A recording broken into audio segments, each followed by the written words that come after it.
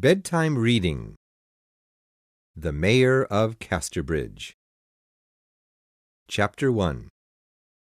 On a summer night in the early 1900s, a young couple came to the village of Weydon Priors, England. The woman was carrying a child in her arms. It was obvious from the dirtiness of their clothing that they had been walking for a very long time. The man looked healthy and strong, and his skin was sun-darkened. Over his older clothing he wore a new dress coat, and on his head a hat made of straw. From his shoulders hung a basket, which contained his work tools. He walked like a common countryside worker. The man and the woman were very quiet. Not a word was spoken between them. The man held a book in front of his eyes, paying no attention at all to the woman at his side. She, on the other hand, did not appear to be bothered by this. She simply continued to walk alongside the fellow, sometimes quietly talking to the baby in her arms. The woman had a face that could sometimes be described as pretty. However, this was only when she looked at her child. At all other times she wore an expression of hopelessness. It was clear that the man and woman were married to one another. Only marriage could make a man and a woman get used to living in such an unhappy way. The area around them was also silent, except for the occasional singing of a bird. As they came closer to the village, however, voices could be heard here and there in the distance. And just as they had passed the first house on the edge of town, the couple came upon a farmer carrying a shovel. The young man suddenly stopped reading his book and looked at the old worker. "Hey, you think I might be able to get some work here? Maybe in the hay fields or something?" he asked. "You aren't going to find any kind of work in this village," answered the farmer. "Well, then is there a little house we can rent from someone? Something newly built?" "No, we mostly tear down houses here. Why, just last year we got rid of about 4 or 5 homes. And we might beat that number this year, because we've already destroyed 3 in the last few months." The young hay worker found the farmer's words disappointing. As he looked down the road toward the village, he said, "It seems like there's something happening here today." "Yes, today there's a fair in town. But I'm not interested in that, since I've nothing to trade and no money to spend." The couple walked over to the fairground and found that most of the sellers had already gone home. The only people there now were those whose animals were ignored by the buyers earlier in the day because of their poor condition. The evening fair was devoted less to trade and more to fun and games.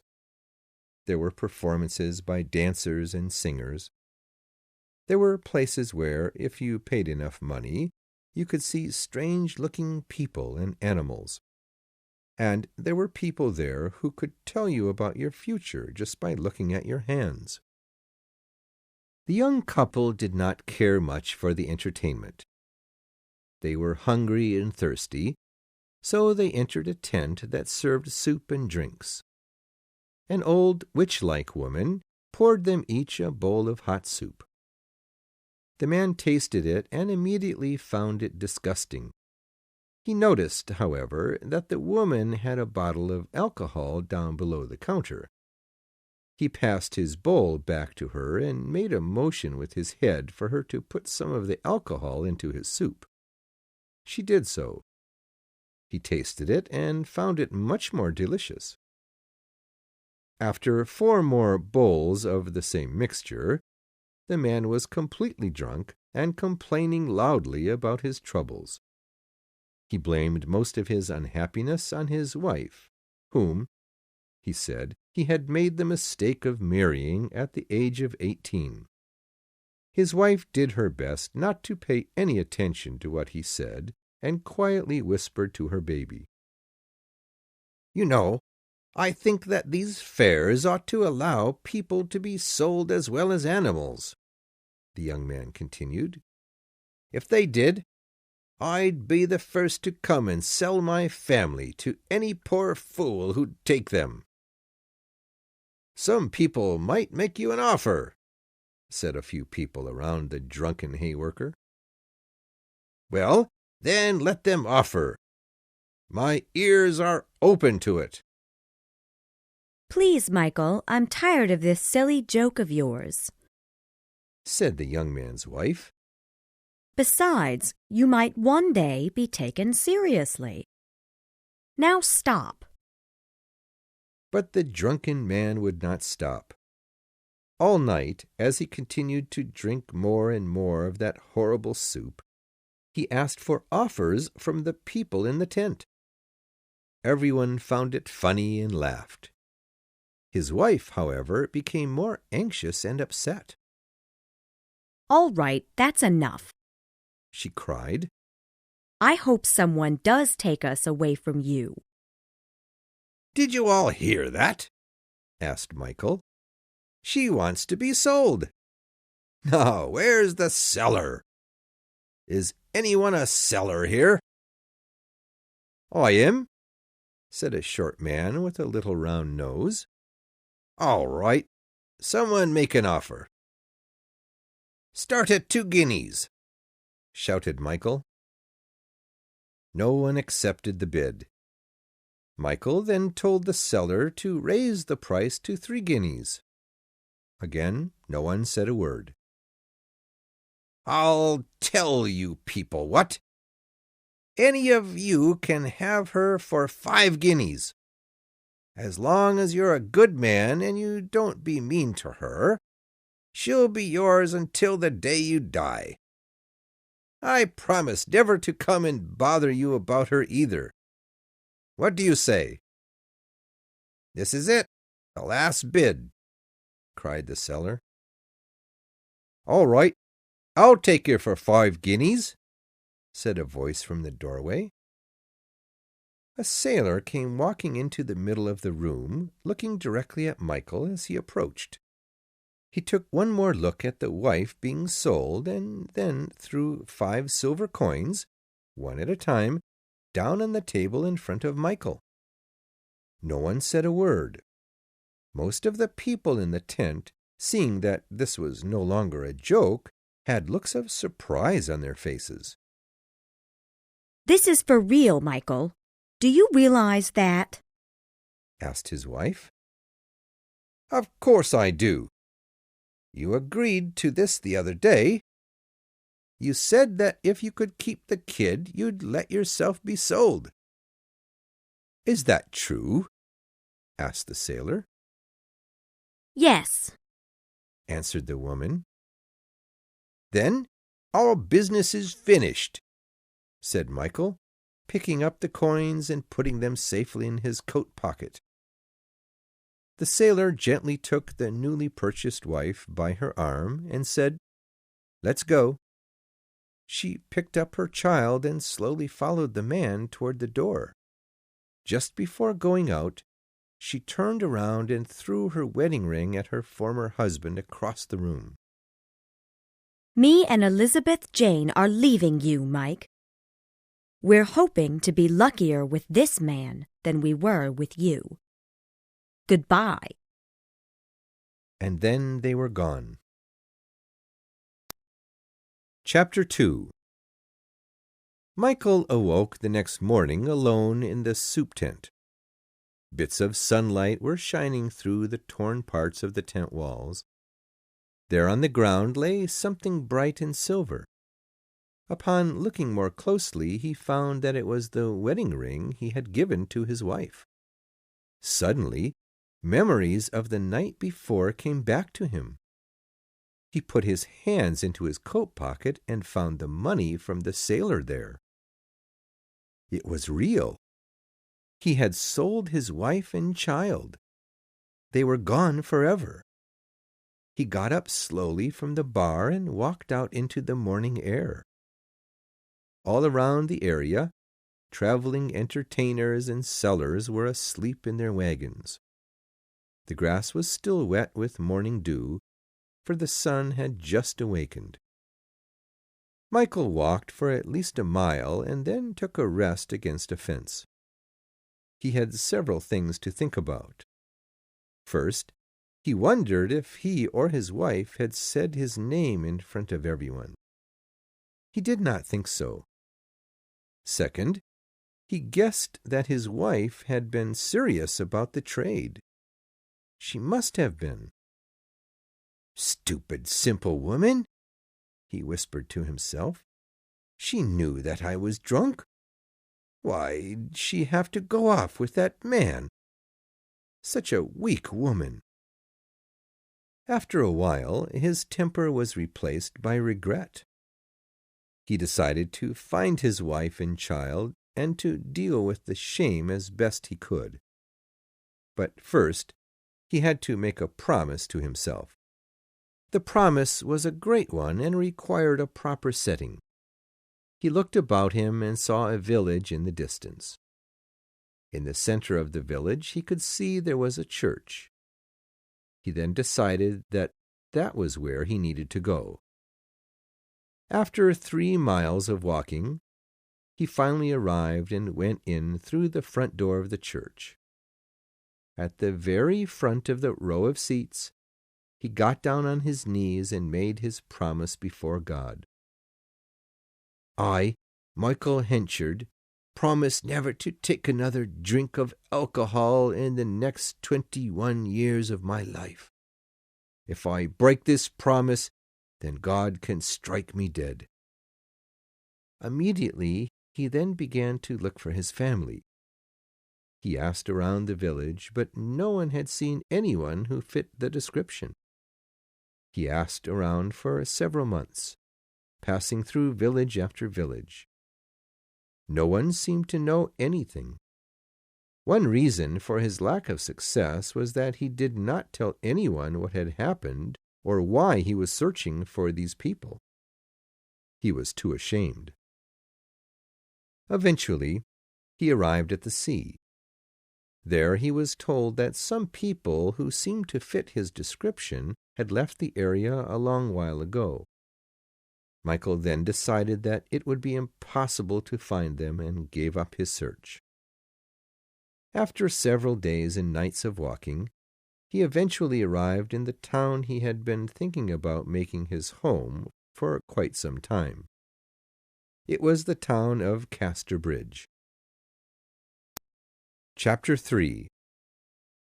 Many years later, 2 people were seen entering the village of Weydon Priors, just as the Henchards had long ago.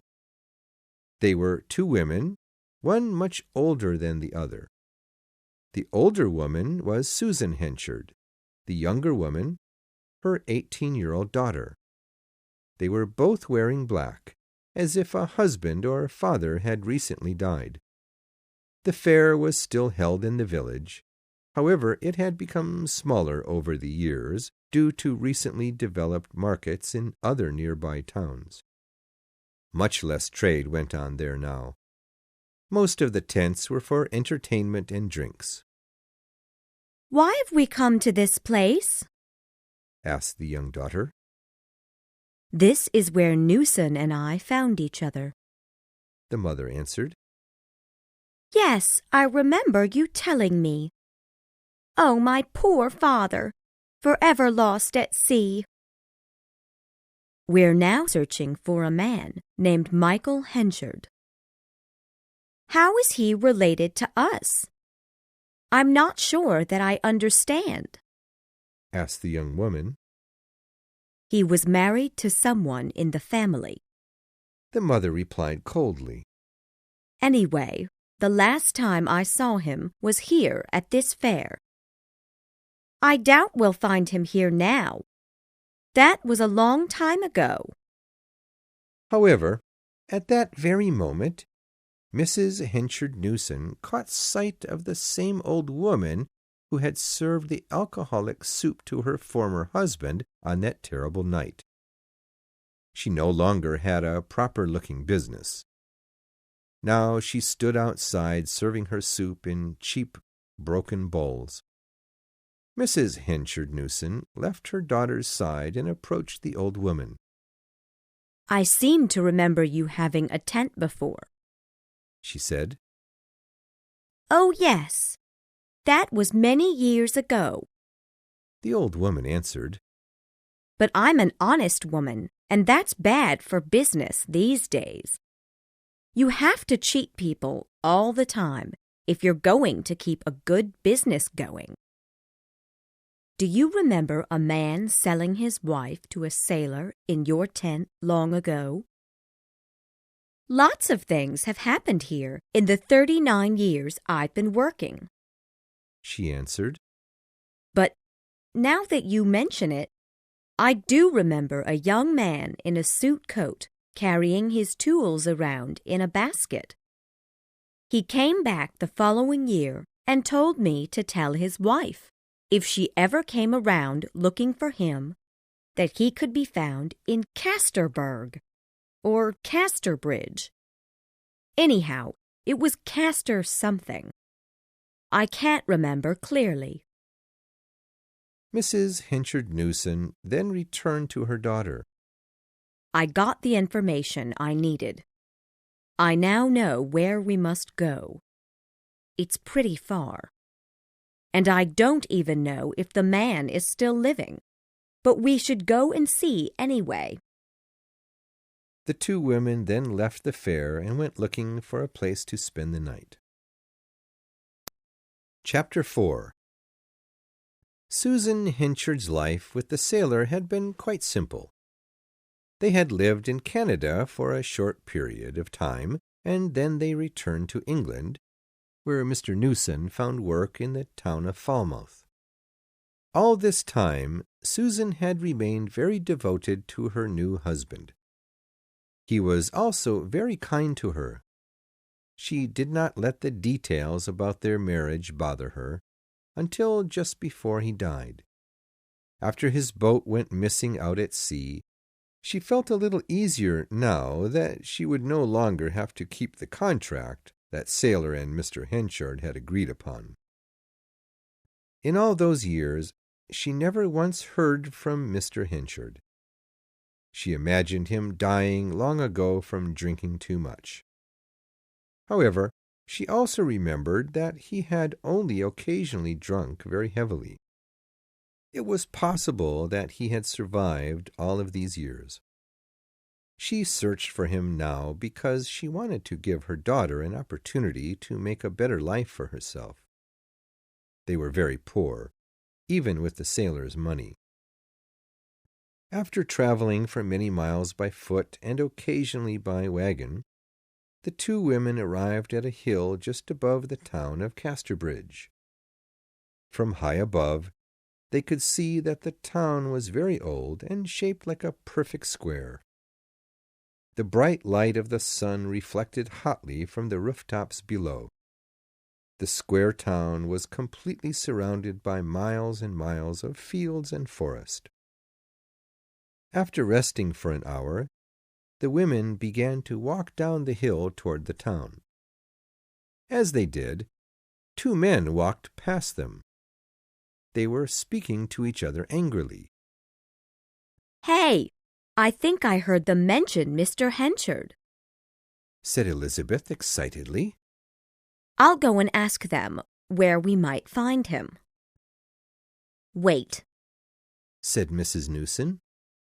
"Let's not do that. Who knows where we'll find him? He might even be in jail." "Why jail?" "Never mind. We'll just need to be quiet while looking around." Upon entering the town, the church bell rang 8 o'clock. Immediately, all of the stores and shops began to close their doors. In the distance, the sound of music could be heard. Naturally, They followed the sound of the music until they saw a band of musicians playing in front of a hotel in the center of town. Elizabeth approached one of the people standing in the crowd watching the band. "Excuse me, could you tell me what's happening here?" she asked. "You must not be from around here. Inside that big window over there, a dinner is being held. Only the richest people are invited, of course. And if you stand up here on the highest step, you can see the mayor, Mr. Henchard, sitting at the head of the table." Mrs. Newson immediately climbed to the top step to have a look. Inside the window, she saw her husband. He looked much healthier, older, and wiser than the man she had known. He was dressed in fashionable clothing, and he wore expensive jewelry.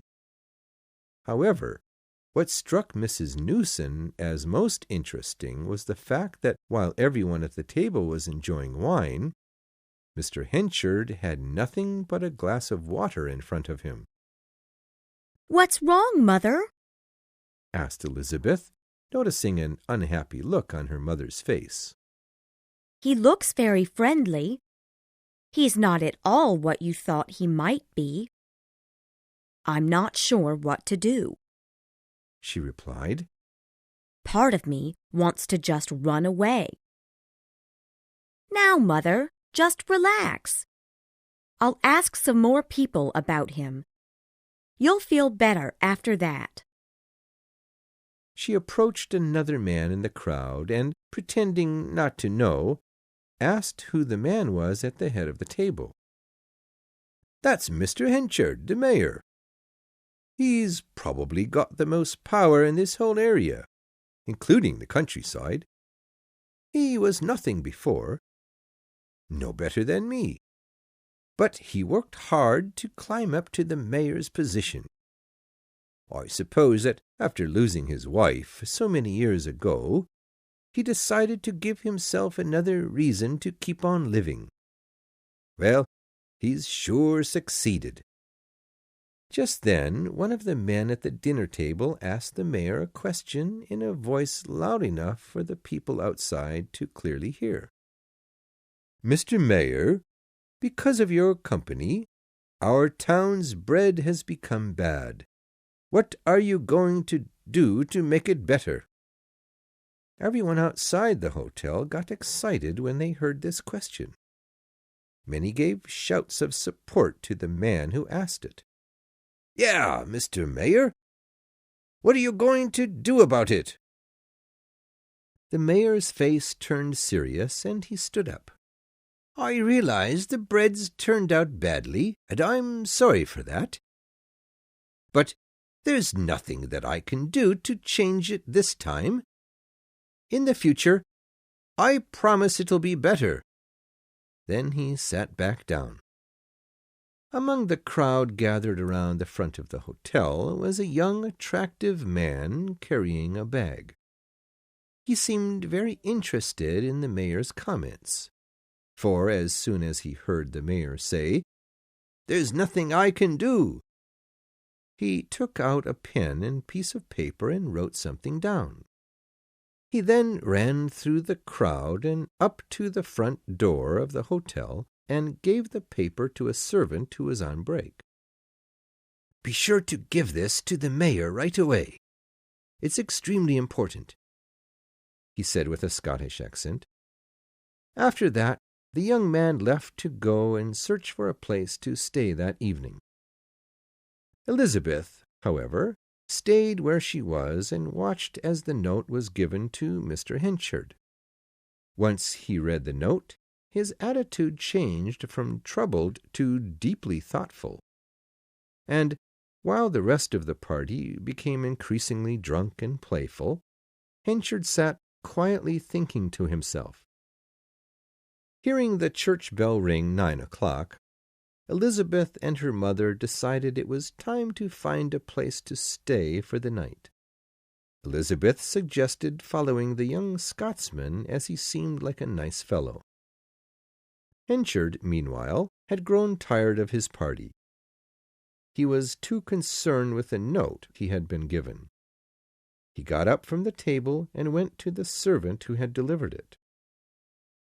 "Who gave you this note, and where did he go?" he asked. "It was a young Scotsman, sir. He didn't seem to be from around here. I saw him go down the street to the Three Mariners Hotel."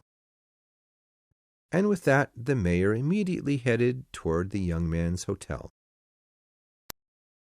Chapter 5. Elizabeth and her mother were given a room on the second floor of the Three Mariners. Seeing the clean condition of the room, both women worried that they might not have enough money to pay for even a single night there. "We can't expect Mr. Henchard to help us with money," said Mrs. Newson. "We'll never even get a chance to talk with him because of his high level here." Immediately, Elizabeth got an idea and went downstairs to the bar area. "Excuse me, madame," she said, approaching the wife of the hotel owner. "Could our room be cheaper if I assist you tonight?" The woman, who was generally very friendly to her guests, agreed. At the sound of a bell behind her, she suggested that Elizabeth start by taking dinner to the Scotsman on the second floor. She went up with the young man's food almost immediately and saw that his room was next to hers and her mother's. She found him alone in his room, reading a newspaper. Not a single word was exchanged between the two of them. Afterward, Elizabeth took some food up to her mother, but as she entered the room, her mother motioned with her hand for her daughter to be quiet. Neither of them moved after that, and voices could suddenly be heard coming from the Scotsman's room. "It's the mayor," said Mrs. Newson with a shaking voice. It was, indeed, Henchard next door with the young man. Their voices could be heard very clearly, as if they were in the same room with the women. "I'm sorry to interrupt your dinner, but I must ask you if you wrote a note to me earlier today," said Henchard. Answered the young man, obviously still eating his dinner. "So, it seems that you know a way to make our wheat better here? Our bread's terrible, and I don't know why. If you could help us out, I'd gladly pay you well for it." "Well, let me show you what I can do," said the young man. A few minutes then went by where it seemed the Scotsman was demonstrating something for the mayor. Then the young man could be heard again saying, "Now, taste that bit of wheat." "My God, it tastes so much better!" cried Henchard. "It's almost totally good again." "It's better, but not perfect. Anyway, I'd gladly teach you the technique. I'm going to America soon to get into the corn industry. They won't be needing such methods there because the weather's so good. Listen to me. Don't go to America. I'll hire you here as my company's corn manager. You'll make good money. What's your name, by the way?" "It's Donald Farfrae, and I appreciate your offer. However, I must refuse. I have a good plan to go abroad, and I mean to keep it." "Well, what can I do to repay you for this extremely valuable information you've given me, Mr. Farfrae?" asked the mayor. "You needn't do anything, sir. I have very little use for the information I shared with you. You seem to be in a bad situation back at that hotel. I just thought I'd try and help you out. You're welcome to stay and have a beer with me, though." "No, I've completely given up drinking. Alcohol made me do something pretty terrible a long time ago, and I'm still ashamed of it. I haven't touched a drop of that stuff since. Well, I won't pressure you.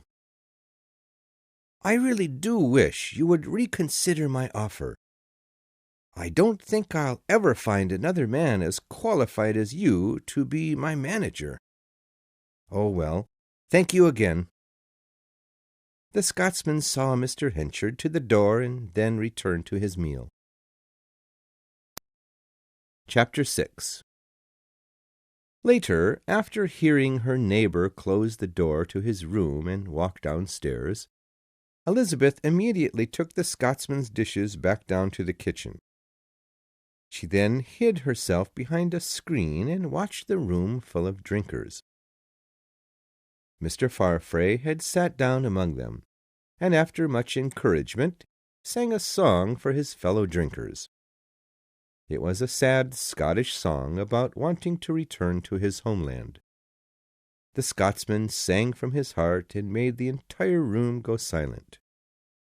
They were not used to so much feeling in a song.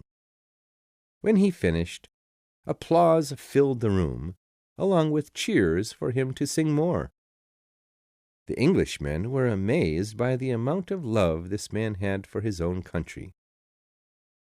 Then, at the request of the ladies, Mr. Farfrae sang a couple of lighter, happier songs. He sang them beautifully, and by the time he had finished, the whole bar had grown to like the young Scotsman. "Will you be staying in Casterbridge for long?" asked someone. "No, I'm just passing through, actually. I'm on my way to America," he answered. "I'm not letting a single dream of mine go without first trying to reach it." Everyone in the room, including Elizabeth, at once seemed to become aware of all their own lost dreams. Elizabeth felt that she and the Scotsman were very similar. They both looked at the world in a serious and sad way. She could tell by the way he did not join the other men in their stupid jokes about life that the Scotsman did not agree with hiding his true feelings behind humor. When the time came for Mr. Farfrae to go to bed, the hotel owner asked Elizabeth to prepare the Scotsman's bed before he went to his room. She took care of it immediately, and afterward, on her way back downstairs, accidentally passed the young man on the staircase. He noticed her, and, as he continued to climb the staircase, began to sing a song about a pretty girl he met coming down the stairs. Later on, after the barroom emptied, Elizabeth returned to her mother. Both women were lost in thought about different men. Hardly a word was spoken between them. Elizabeth's man was sleeping on the other side of the wall, while Mrs. Newson's man was actually just outside the hotel, standing in the street. Ever since his conversation with the Scotsman, Henchard had walked up and down the road of the Three Mariners. He heard the young man sing earlier in the evening, and could not help thinking to himself, "My goodness, how I like that man! I guess it's because I'm lonely. Why, I would have given him a whole third of my business." Chapter 7. The following morning, as Elizabeth was opening her room's window, she saw Mr. Farfrae leaving the hotel with his bags. Out on the street, Mr. Henchard happened to be passing by and noticed the young Scotsman. "Ah, so you really are leaving then?" he asked. "Yes, on my way just now, actually," Mr. Farfrae replied. "Well, then let me join you in your walk for a while," said Henchard, getting into step next to the young man. Elizabeth watched them until they were out of sight. "You know, my hopes of meeting Mr. Henchard are becoming greater now that I see how friendly he was to that foreigner." Mrs. Newson said. It also helped that she had heard him say how terrible he still felt about something he had done many years before. The two women talked more about this and then decided that Elizabeth would go to him with a note from Mrs. Newson, explaining that she was in town. If he refused to see her, then they would bother him no more and go on with their life in another part of the country. The town of Casterbridge was busy that morning. It was a market day, and the streets were full of farmers and other people of the countryside selling their goods. Although a town, Casterbridge was very much a part of the surrounding countryside. The townspeople and the people of the country depended on one another. Even at the parties of the town's highest society, farming was often the main topic of conversation. Elizabeth found Mr. Henchard's red brick home to be the nicest in town. Its doors were wide open in order to let fresh air in. After introducing herself to one of the servants, she was led to the mayor's office behind the house. The backyard was full of granaries. Their doors seemed ready to burst open because they contained so much wheat. When she entered the office, instead of Mr. Henchard, she found Mr. Farfrae standing inside. "Yes, can I help you?" he asked, as if it were his own office she had entered. "I'm here to see Mr. Henchard," she replied. "Oh, well, he's busy at the moment. Will you have a seat and wait a little while?" Elizabeth was not aware, of course, of the agreement that Farfrae and Henchard had made only a few minutes before. Henchard had managed to convince the young Scotsman to stay and work with him as the manager of the corn factory. He had done nothing more than tell Farfrae that he truly liked him, and although he could find other people for the job, he felt that Farfrae was the best man for it. And that was all. The two men walked back to the mayor's home and made up a contract while having breakfast. Another door within the office then suddenly opened, and Henchard entered. He asked Elizabeth to follow him. However, just as she was getting up, another man came walking into the room and directly approached Henchard. "Sir, I am Mr. Jopp. I've come to begin my new job as your manager," he said. "I've already got one, thank you," answered Henchard coldly. "But, sir, you promised me the job. It seemed final. You told me to come on Thursday or Saturday." "Yes, and you made a mistake by choosing Saturday. You're too late. I've found someone else. Now, if you'll excuse me, I've someone waiting there." The man walked angrily out of the room, and Elizabeth then went inside. "Hello, young lady. How can I help you?" Mr. Henchard asked without much feeling. "Sir, my name is Elizabeth Jane, and I've come to deliver a message. Mrs. Susan Newson, who recently lost her sailor husband, is in Casterbridge, and is wondering if you might be willing to meet with her." The mayor sat very still for a moment and then spoke. "She's living?" "Yes, she is. I'm her daughter, Elizabeth Jane Newson." It hurt Henchard to hear his daughter use another man's name. It was obvious that the girl before him did not know that he was her real father. He was suddenly very grateful to his wife for having kept her relationship with him a secret. He asked his daughter to tell him where they had lived all these years.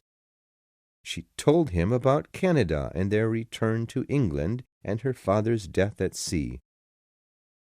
"Well, Elizabeth Jane, do me a favor and tell your mother that I would very much like to see her." He then took out a pen and a piece of paper and began to write something down. Once finished, he folded the paper and put it in an envelope, along with £5 and 5 shillings. "Please be sure to give this to her as soon as possible. I am very happy to have met you. I look forward to having a nice long conversation with you some day soon." Mrs. Newson's face turned red with excitement when she saw that her daughter had a note to give her from Henchard. She opened it right away and read that he wished to see her that evening at the Budmouth Road ring around 8 o'clock. He also asked that she wait to tell Elizabeth the truth about him. Chapter 8. The Budmouth Ring was actually the name the town gave to an old Roman outdoor theatre just outside of town. Although very romantic, it was hardly ever the meeting place for boyfriends and girlfriends. This was probably because of the violent past the theatre was well known for. After all, it was once the place where gladiators killed one another for the amusement of the Roman people. In any case, it was seldom visited by the townspeople, and it was for that reason that Henchard decided to meet his wife there. He was the first to arrive, and he waited in the center of the theatre. Soon he could see the shape of a woman coming toward him from the entrance hall. Mrs. Henchard walked directly up to him and laid her head on his shoulder. He put his arms around her and said, "I haven't touched alcohol since you left. Did you hear that, Susan? I thought that you and Elizabeth Jane had died at sea," he continued. "I thought that you would have tried to contact me if you were still alive." To be honest, I would never have come if Mr. Newson hadn't died, she said. I devoted myself to my new husband and hid the truth from our daughter because I thought it would make my life easier. "Yes, that's true. Elizabeth Jane would never forgive either of us if she knew the truth. She must never find out. So that's why I've come up with a plan for us. I want you to stay in Casterbridge, but you must keep your name as Mrs. Newson. You'll move into a nice little home for a while. Then you and I will meet and begin to date each other. We'll fall in love and then marry. Elizabeth will then become my stepdaughter, and we'll all live together once again. Now, do you have enough money for the next few days?"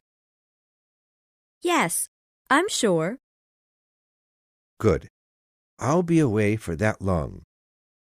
When I return, we'll move you into a nice place until we can find a suitable home for you. You'll have to seem wealthy if our marriage is to be believed later on. Now go. I'll see you after I return." And with that, the husband and wife separated once again, both quite happy with the plan that had been proposed. When Henchard returned to his home, he found Mr. Farfrae hard at work looking over the company's financial records. They had been ignored for far too long and were in terrible condition. It would take the Scotsman a long time to put it all back into proper order. "Now that's enough for today, Mr. Farfrae. You and I shall now have dinner. Come," ordered Mr. Henchard as he took the book from his new employee's hands. The Scotsman liked his new boss, even though he was quite a different kind of man from himself. After dinner, the two men sat down together in front of the fireplace and had an evening chat. "I know that it might not be proper, but I feel the need to talk with someone about my current situation. Would you mind hearing it?" asked Mr. Henchard. "Please, I hope that I can help you," Mr. Farfrae politely replied. Then the mayor proceeded to tell the Scotsman about his shameful past and the surprising return of his wife and daughter. "I've every intention of remarrying Susan, but I'm afraid that I'm going to have to hurt another woman, and I feel horrible about it." "What do you mean?" asked the Scotsman. Mr. Henchard explained that he had met a woman on one of his business trips to Jersey a couple of years before. At one point he had fallen ill, and the woman took care of him. Because of his illness, they had to live together for several weeks. Naturally, they began to have stronger feelings for each other. Unfortunately, the town found out about their living together, and the woman's reputation was completely destroyed. She was already quite poor, having no family or money. In order to save her, Mr. Henchard asked her to marry him. However, now that his original wife had returned, he felt that he owed much more to her than he did the woman in Jersey. "Would you mind writing a letter to her for me?" asked Mr. Henchard. "I'll send a large amount of money with it as well. I'm terrible with letters, and I could really use your help." "Of course, I'll do it." Mr. Farfrae wrote the letter immediately and explained the situation as gently as possible. Mr. Henchard then wrote a check and put it into the envelope with the letter. "Thank you so much, Mr. Farfrae," he said. "I really needed to talk with someone. As you can see, I'm not quite the man that everyone thinks I am." "Yes, and I pity your situation," answered the Scotsman. After that the two men parted, and Henchard went right away to the post office to send the letter. Chapter 9. Michael Henchard arranged a nice little home for his wife and daughter on the west side of Casterbridge, a very pretty area with lots of trees. He also hired a housekeeper to work for them. Not long after they moved in, the mayor began paying them visits rather frequently. He was always careful not to show any emotion around his daughter in order to keep his past a secret. When one day Elizabeth was not at home, Mr. Henchard asked his wife when she would like to remarry. Looking around the apartment at all the expensive furniture, she said, "I don't feel comfortable accepting all this from you. It's not exactly the way I thought that things would be." "This little place hardly costs me anything. Don't worry about it," he replied. Soon Henchard was visiting his wife so often that the people in town began to take notice. People began to talk about the mayor being in love. In truth, everyone found it a little strange that Henchard should love such a simple woman. Some guessed that it had nothing to do with love. They guessed that something must have been arranged between the Henchard and Newson families. The boys in town called Mrs. Newson the Ghost, because her skin was so white. The mayor noticed this, and it made him angry, but he did his best to control himself and not say anything. He was determined to make it up to his wife for having behaved so terribly in the past, and to provide a nice home for his daughter. Marrying a woman who was beneath him was a way for the man to punish himself a bit in front of all of society. Soon the wedding day came, and Mr. Farfrae acted as the mayor's best man. The wedding day marked a big change in both Elizabeth's and Mrs. Henchard's lives. Michael treated them both very well and did everything in his power to make them comfortable and happy. He even had parts of the house repainted for them. The change in lifestyle was very good for Elizabeth. She began to bloom. Although she was not well educated, it became clear that she was an intelligent woman, and her appearance improved over time as well. In fact, she became rather beautiful.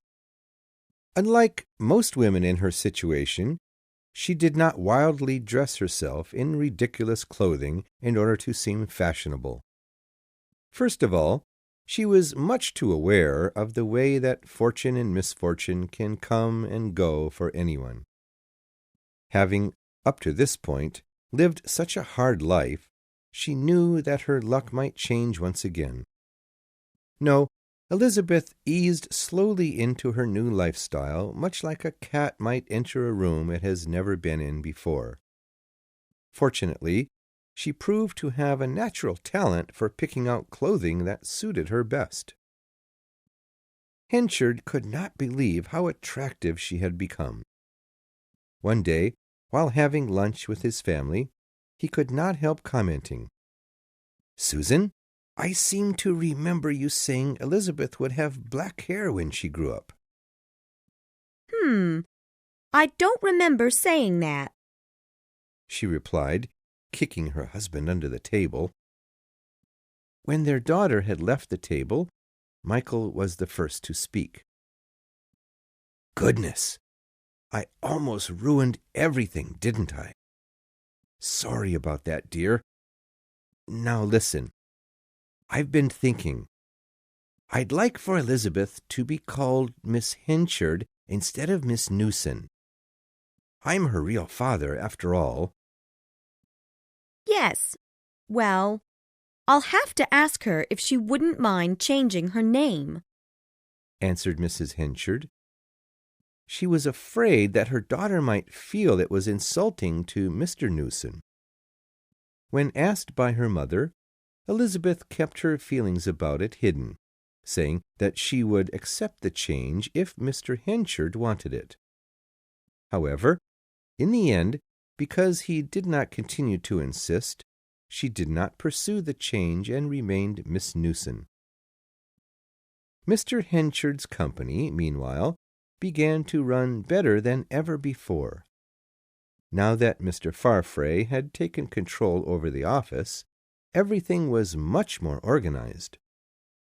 The Scotsman proved himself to be a very able man, and Mr. Henchard was very happy to have him around.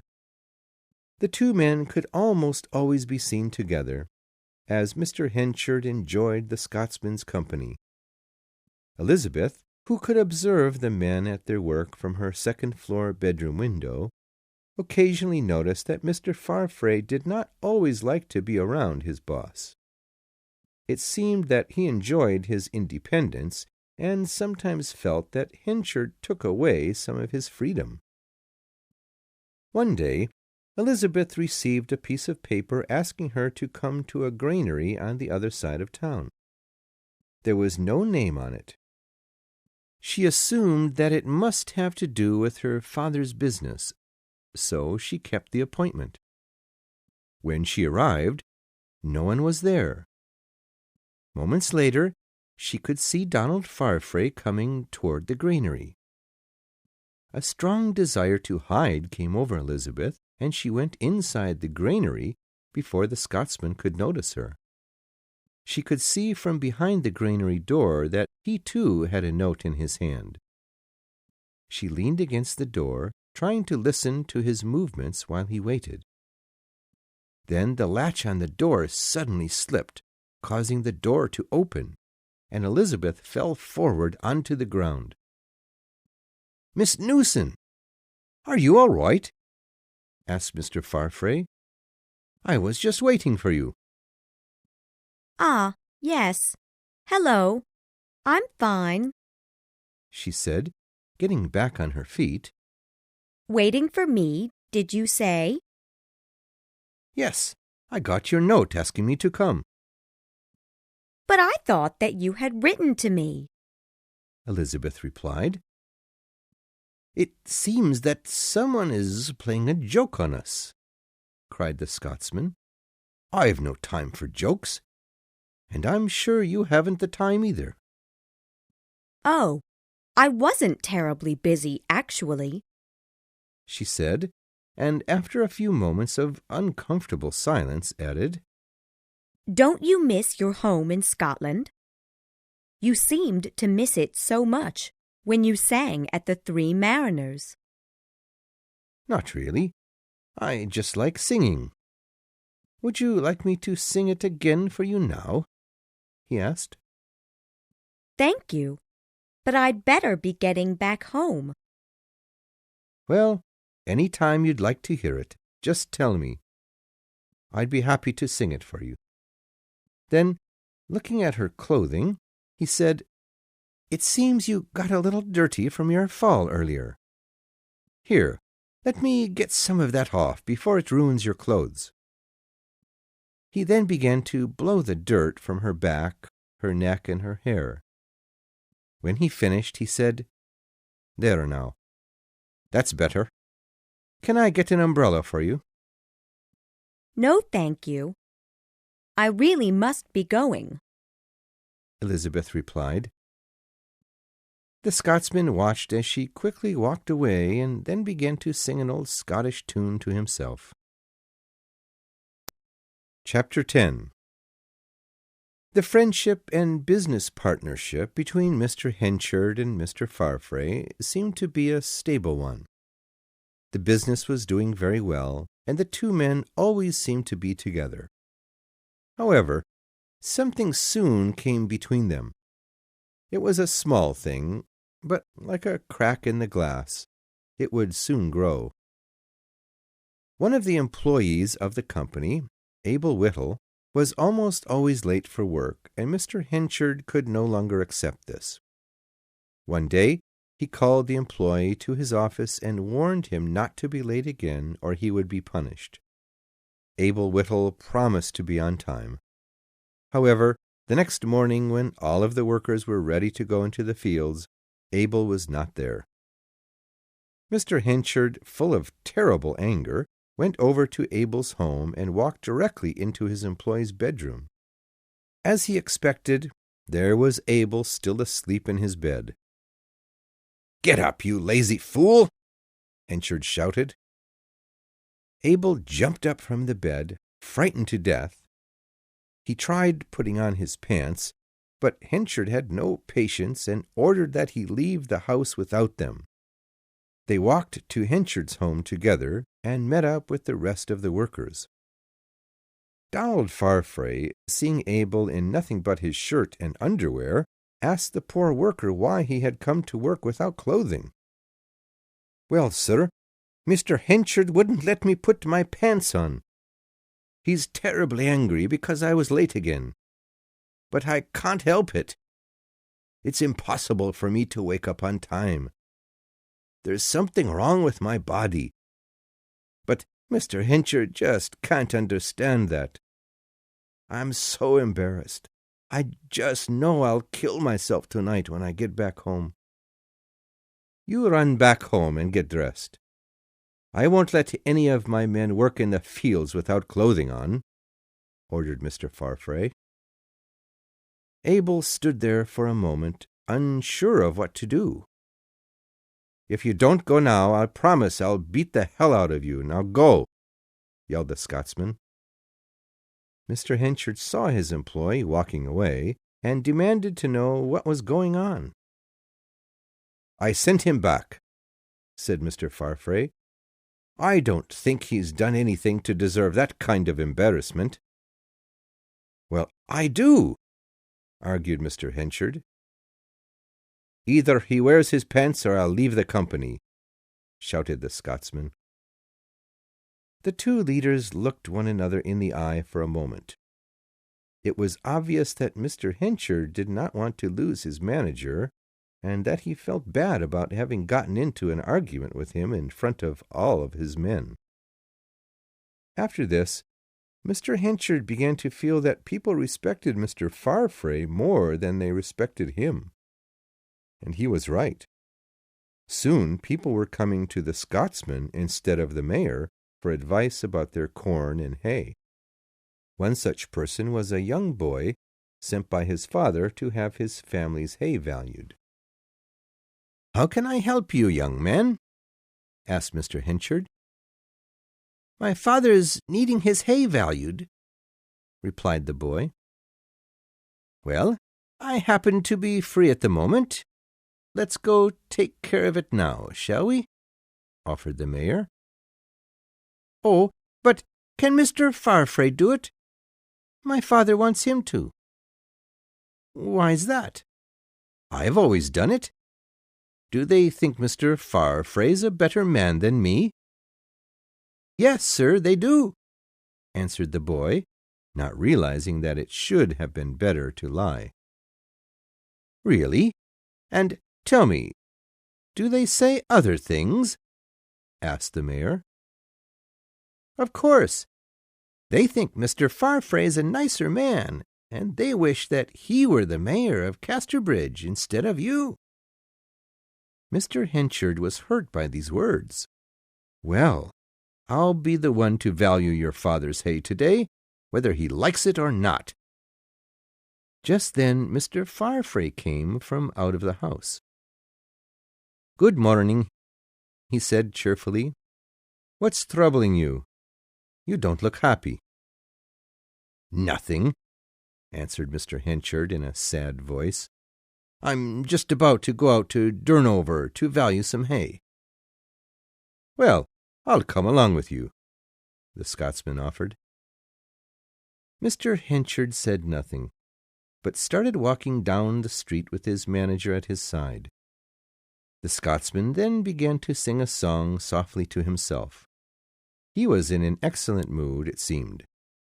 Henchard listened and could not help thinking about how true it was that his manager was a good man. He suddenly stopped walking and turned to his partner. "You know, people are saying some things about me that are not very pleasant.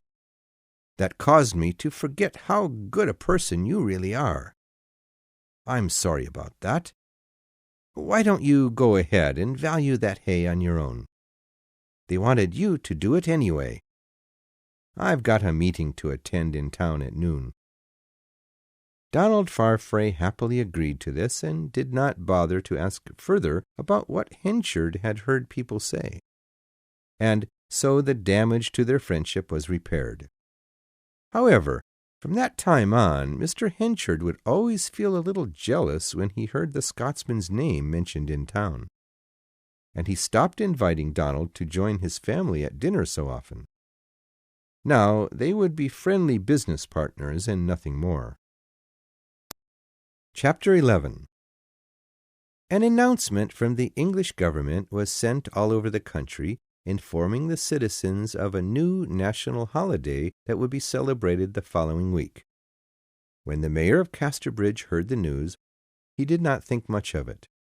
However, a few days later, Mr. Farfrae asked him for permission to organize a large party on that holiday. He agreed, but then, later on, began to feel that he should have thought of the idea himself. Suddenly, the mayor became filled with a strong desire to organize his own party. The following day he announced that a big celebration would be held on the holiday, just outside of town, near the Roman theatre. He then proceeded energetically to arrange for all kinds of games to be played. Food and drink would also be available, and at no cost to anyone. Everything was to be paid for by him, the mayor of Casterbridge. At the site of the party, he had many workers build a stage and set up poles for the men to climb in sport. It took a lot of labor and money and almost a whole week to prepare everything. When the big day arrived, however, the weather turned quite bad. Heavy rain fell for most of the day, making it impossible for people to leave their homes. The mayor felt terribly disappointed. He had so looked forward to this day and had dreamt so often of the townspeople enjoying themselves and praising him as their thoughtful mayor. But then, by late afternoon, the weather cleared up and it became possible for the party to be held. Excitedly, the mayor returned to the Roman theatre, but found only 3 people there.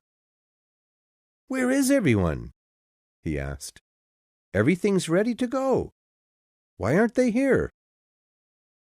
"I guess that everyone's gone to Farfrae's party," one of the townspeople said, Everyone?"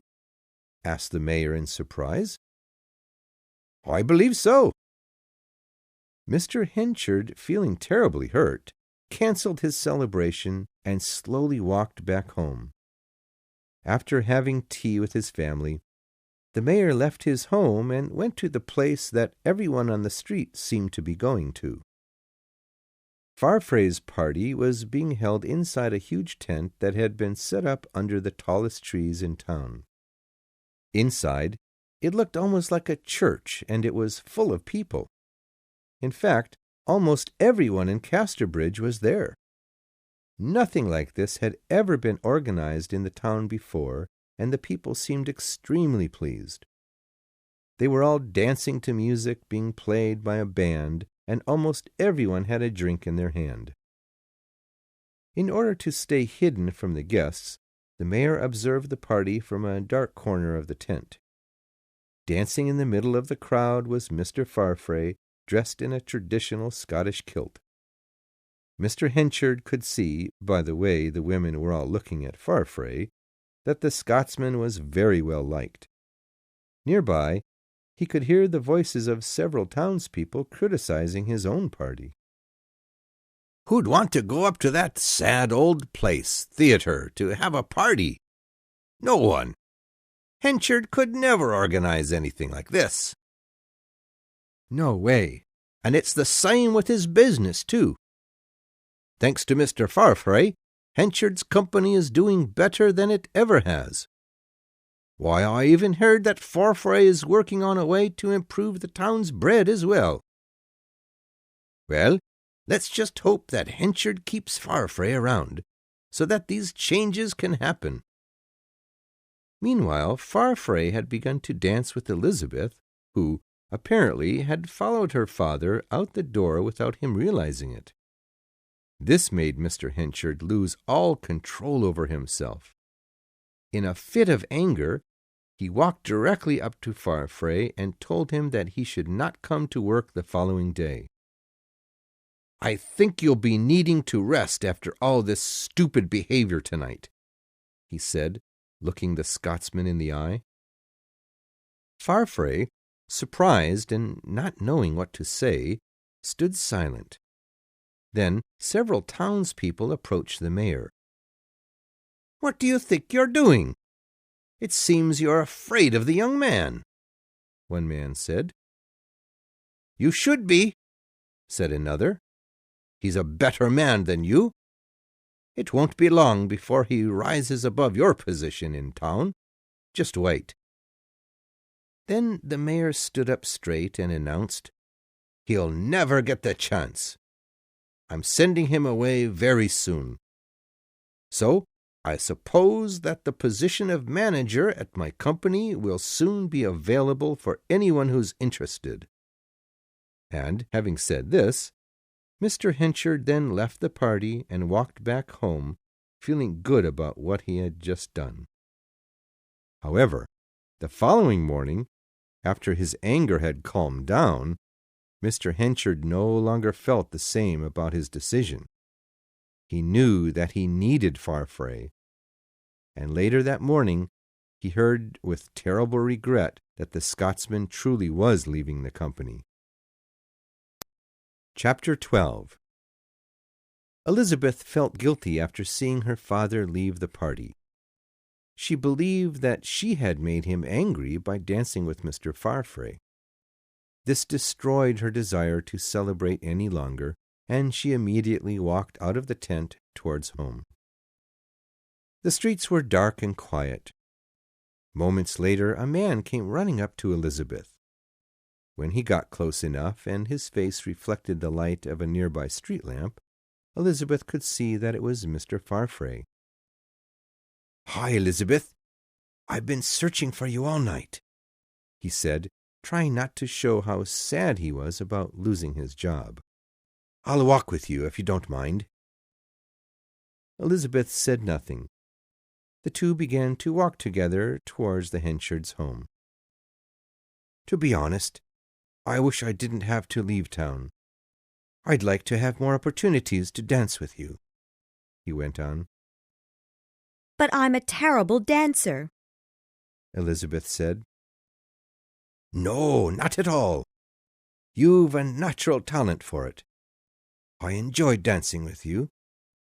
Then, after a moment of silence, the Scotsman said, "You know, if I had enough money, I'd ask you— never mind. I don't have the money. It's no use now. Anyway, don't forget me after I leave. You hear?" "Of course I won't," she said. "I wish that you'd stay." The Scotsman stopped walking for a moment and, with a smile, said, "I might consider that, actually. Well, I'd better leave you here. Your father would kill me if he saw us together now. Bye for now." And then he walked back into the darkness, leaving Elizabeth alone to walk the rest of the short distance to her home. For the next few days, Elizabeth thought about Mr. Farfrae more than ever. She became very anxious to know what decision he had made.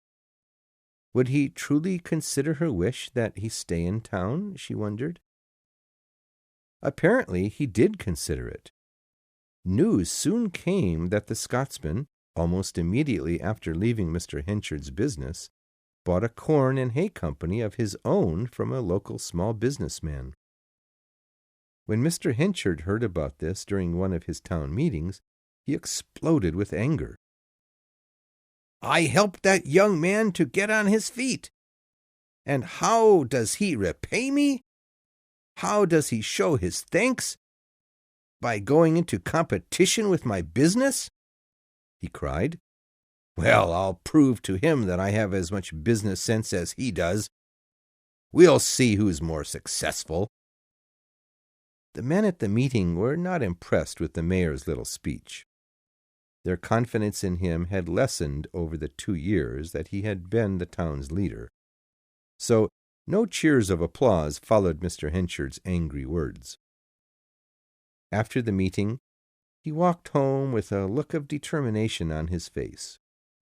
When he arrived, he immediately called his stepdaughter into the living room. "Elizabeth, dear, I've called you in here to ask that you never see Mr. Farfrae again. He seems to have his eye on you, and I won't allow for things to go any further between you two. Do you understand?" After remaining silent for a moment, she replied, "Yes, sir." Then, seeing her stepfather sitting down at his desk to write a letter, she walked quickly out of the room. Meanwhile, Mr. Henchard wrote the following: "Farfrae, I ask that you never speak with my daughter again. She has agreed to this, and I expect you to accept this. Michael Henchard." He went to his mailbox the following morning, completely ignoring the part of his brain that suggested he support a relationship between his daughter and Mr. Farfrae. In truth, it would only have helped to restore good relations with everyone. Mr. Henchard's anger and embarrassment, however, were too strong to allow him to accept this, so the letter soon left in the hands of the postman. Over the next few days, Donald Farfrae began to be approached by customers from around the area. Strangely enough, he refused the first man who came to him for business, because he had been a recent customer of Henchard's. Donald was an honest businessman. He did not mean to take any of Henchard's customers away from him. He believed that the corn and hay business was large enough in the area to allow for 2 companies to exist at the same time.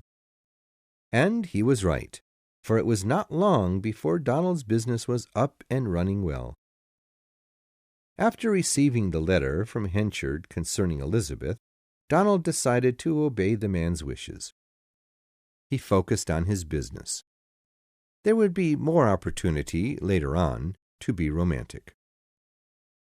Soon, no matter how much he tried not to cause trouble, Farfrae was forced to directly compete with Henchard's business.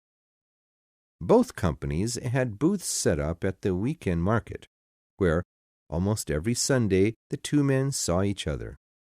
Farfrae wanted to be friendly, but Henchard made it impossible by ignoring him and throwing angry looks at him. Immediately, a price war began between the two companies. Everyone predicted that if Henchard's business did not immediately destroy Farfrae's, then Farfrae would come away the winner and soon control the entire corn and hay industry. Chapter 13. Mrs. Henchard soon became very ill. The best doctors in the area were called in to care for her, and Elizabeth hardly ever left her mother's bedside. During this time, Mr. Henchard received a letter from his former lover in Jersey, Lucetta. In her letter, she forgave him for leaving her and apologized for the angry letters she had sent him after hearing of his plan to remarry his wife. The letter also said that it was very important that he return all of the letters she had ever sent him, as no one could ever know about their relationship.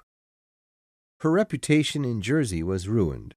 However, she planned to move to another town where she would be a stranger and try to start her life over again. She mentioned that she would be passing through Casterbridge in a few days and would appreciate it if he would bring the letters to her at the station. Mr. Henchard did as she asked and went to the station on the day indicated in the letter. Lucetta, however, was not there. After waiting for over an hour, he decided to give up and return home to his ill wife. Mrs. Henchard's health was so bad now that she could not get out of bed. It seemed that she had no strength at all to do anything. So it was surprising when, one day, she asked for a paper and pen. Although she could hardly hold the pen in her fingers, she refused to allow anyone to help her. When she finished writing, she folded the paper and put it in an envelope, on the cover of which she wrote, "To my husband, do not open until Elizabeth Jane marries." Several days later, she died. 3 weeks later, as Henchard sat in his living room with his daughter, he found a strong desire within himself to talk about the past. "Do you remember me at all in your childhood?" he asked. "No, I only remember my parents," she answered. A look of pain came over Henchard's face. He hated it that his daughter did not know the truth about him. "Do you miss Mr. Newson?" "Oh, yes. He was such a good father." Hearing this, he could no longer control himself. He walked around the room with his hands behind his back and finally ended up behind Elizabeth's chair. "The time has come for me to tell you something, Elizabeth," he began. "Your mother and I were married long ago, and it is I who am your real father. Later on, we separated and Newson replaced me." This was as much as he could tell her. He did not want to go any further, for he knew that it would be too great a shock for his daughter. After a few moments of sitting deathly still, Elizabeth threw her arms and head on the table before her and began to cry. "Oh, I'm so sorry, Elizabeth," he said with tears in his eyes. "I hope that you're not too angry with me. I promise to be a good father. I used to be cruel to your mother, but that was because of my drinking. I've stopped that now. I'll never do anything to hurt you." Seeing that she was quite upset, he decided to let her cry for a while. However, before leaving the room, he turned around and added, "Just one other thing, Elizabeth. I wonder if you'd now reconsider changing your name to Henchard. It is your real name, after all." She lifted her head and looked into the fire that was burning in the fireplace before her. "I suppose that I should," she said. I just wonder why my mother never insisted on it." "Well, it probably wasn't as important to her. After all, it's more my name than hers, he replied.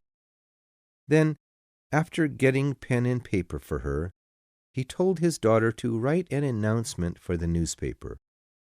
He told her exactly what to write, and then asked her to sign her name at the bottom. Good. Now, I'll go and gather the papers I have upstairs to prove to you that I'm your father. But I'll wait until tomorrow to share them with you. You need to be alone, I'm sure. And with that he went up to his bedroom and began to look through the drawer which contained the papers he had spoken of. Among them he saw the envelope marked, "To my husband. Do not open until Elizabeth Jane marries." The seal of the envelope had weakened and opened.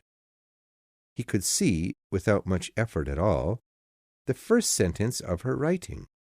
Dear Michael, there's something I have not told you. His interest was too great now to prevent him from reading further. He took the paper out of the envelope and read the whole thing. Dear Michael, there's something I have not told you. Elizabeth is not your real daughter. Our daughter died 3 months after we separated. I could not bear the sadness and decided to have another child with Mr. Newson. Elizabeth is his. I gave her the same name as our daughter, hoping to forget about the daughter I lost. I am sorry that I did not tell you before. I hope that you can forgive me in the same way that I forgave you. Susan Henchard.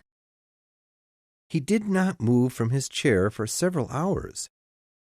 The idea that God or some higher being was trying to destroy his life kept coming to him. He had lost the 3 closest people to him, his wife, Farfrae, and now his daughter as well. He now understood why his wife did not insist on changing Elizabeth's last name. Then, taking a candle in hand, he got up and went to Elizabeth's room. She was fast asleep and breathing heavily. He walked up to her bedside and placed the candle close to her face. It was true. She looked nothing like him. Their skin was a completely different color, and there was no denying her resemblance to Newson the sailor.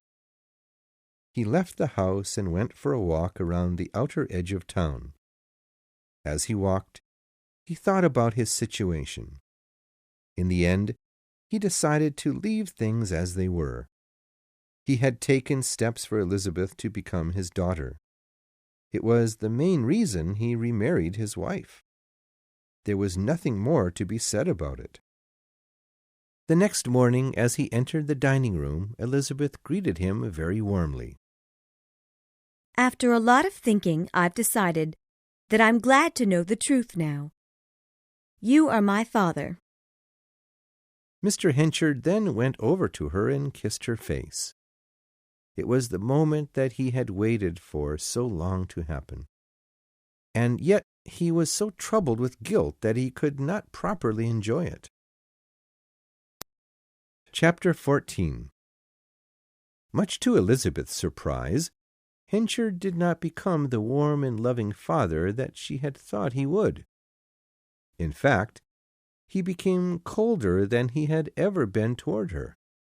A new habit of his was to criticize her whenever she spoke like a person from the countryside. One day, during a meeting with one of his customers, Henchard asked Elizabeth to write down their agreement as they said it aloud. "All right. Start with, I, Michael Henchard, on the 16th of October," he began. As she wrote down these words in her own style of handwriting, Henchard became very embarrassed. It was not at all like a proper lady's writing. He immediately took the paper from her and asked her to leave. "Forget it. I'll do it myself," he said. Other times he would yell at her for being so kind to the servants in the house. She would often thank them for doing things for her, and would even sometimes do things herself in order not to bother them. "I pay them good money to be servants. Now, let them do their jobs, and don't go thanking them every time they bring you a cup of tea," he would say. Elizabeth could not understand why, after changing her name to his, Henchard would suddenly begin to behave so differently toward her. It seemed that he began to like her less and less. When, on another occasion, Henchard found his daughter serving tea with bread and cheese to one of the working women in his yard, he interrupted them and pulled Elizabeth away to have a word with her. "You're going to destroy my reputation in town by doing things like this for such low people, especially that woman," he said, looking angrily at his daughter. Then the woman worker, having heard these words, approached Henchard and said, "Well, if you think this is bad, you should have seen when she was serving food and drinks at the Three Mariners.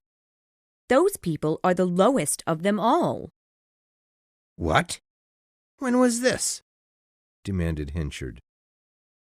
"It was when Mother and I first arrived in town," Elizabeth answered quietly, her eyes looking down at the ground in shame.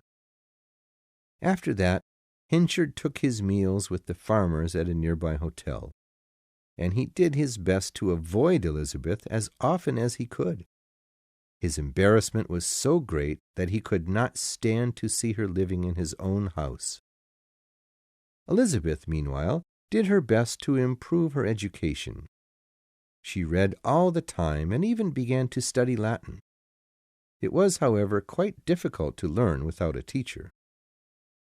In the winter, on rare sunny days, Elizabeth, with book in hand, would walk to the cemetery at the edge of town and visit her mother's tomb.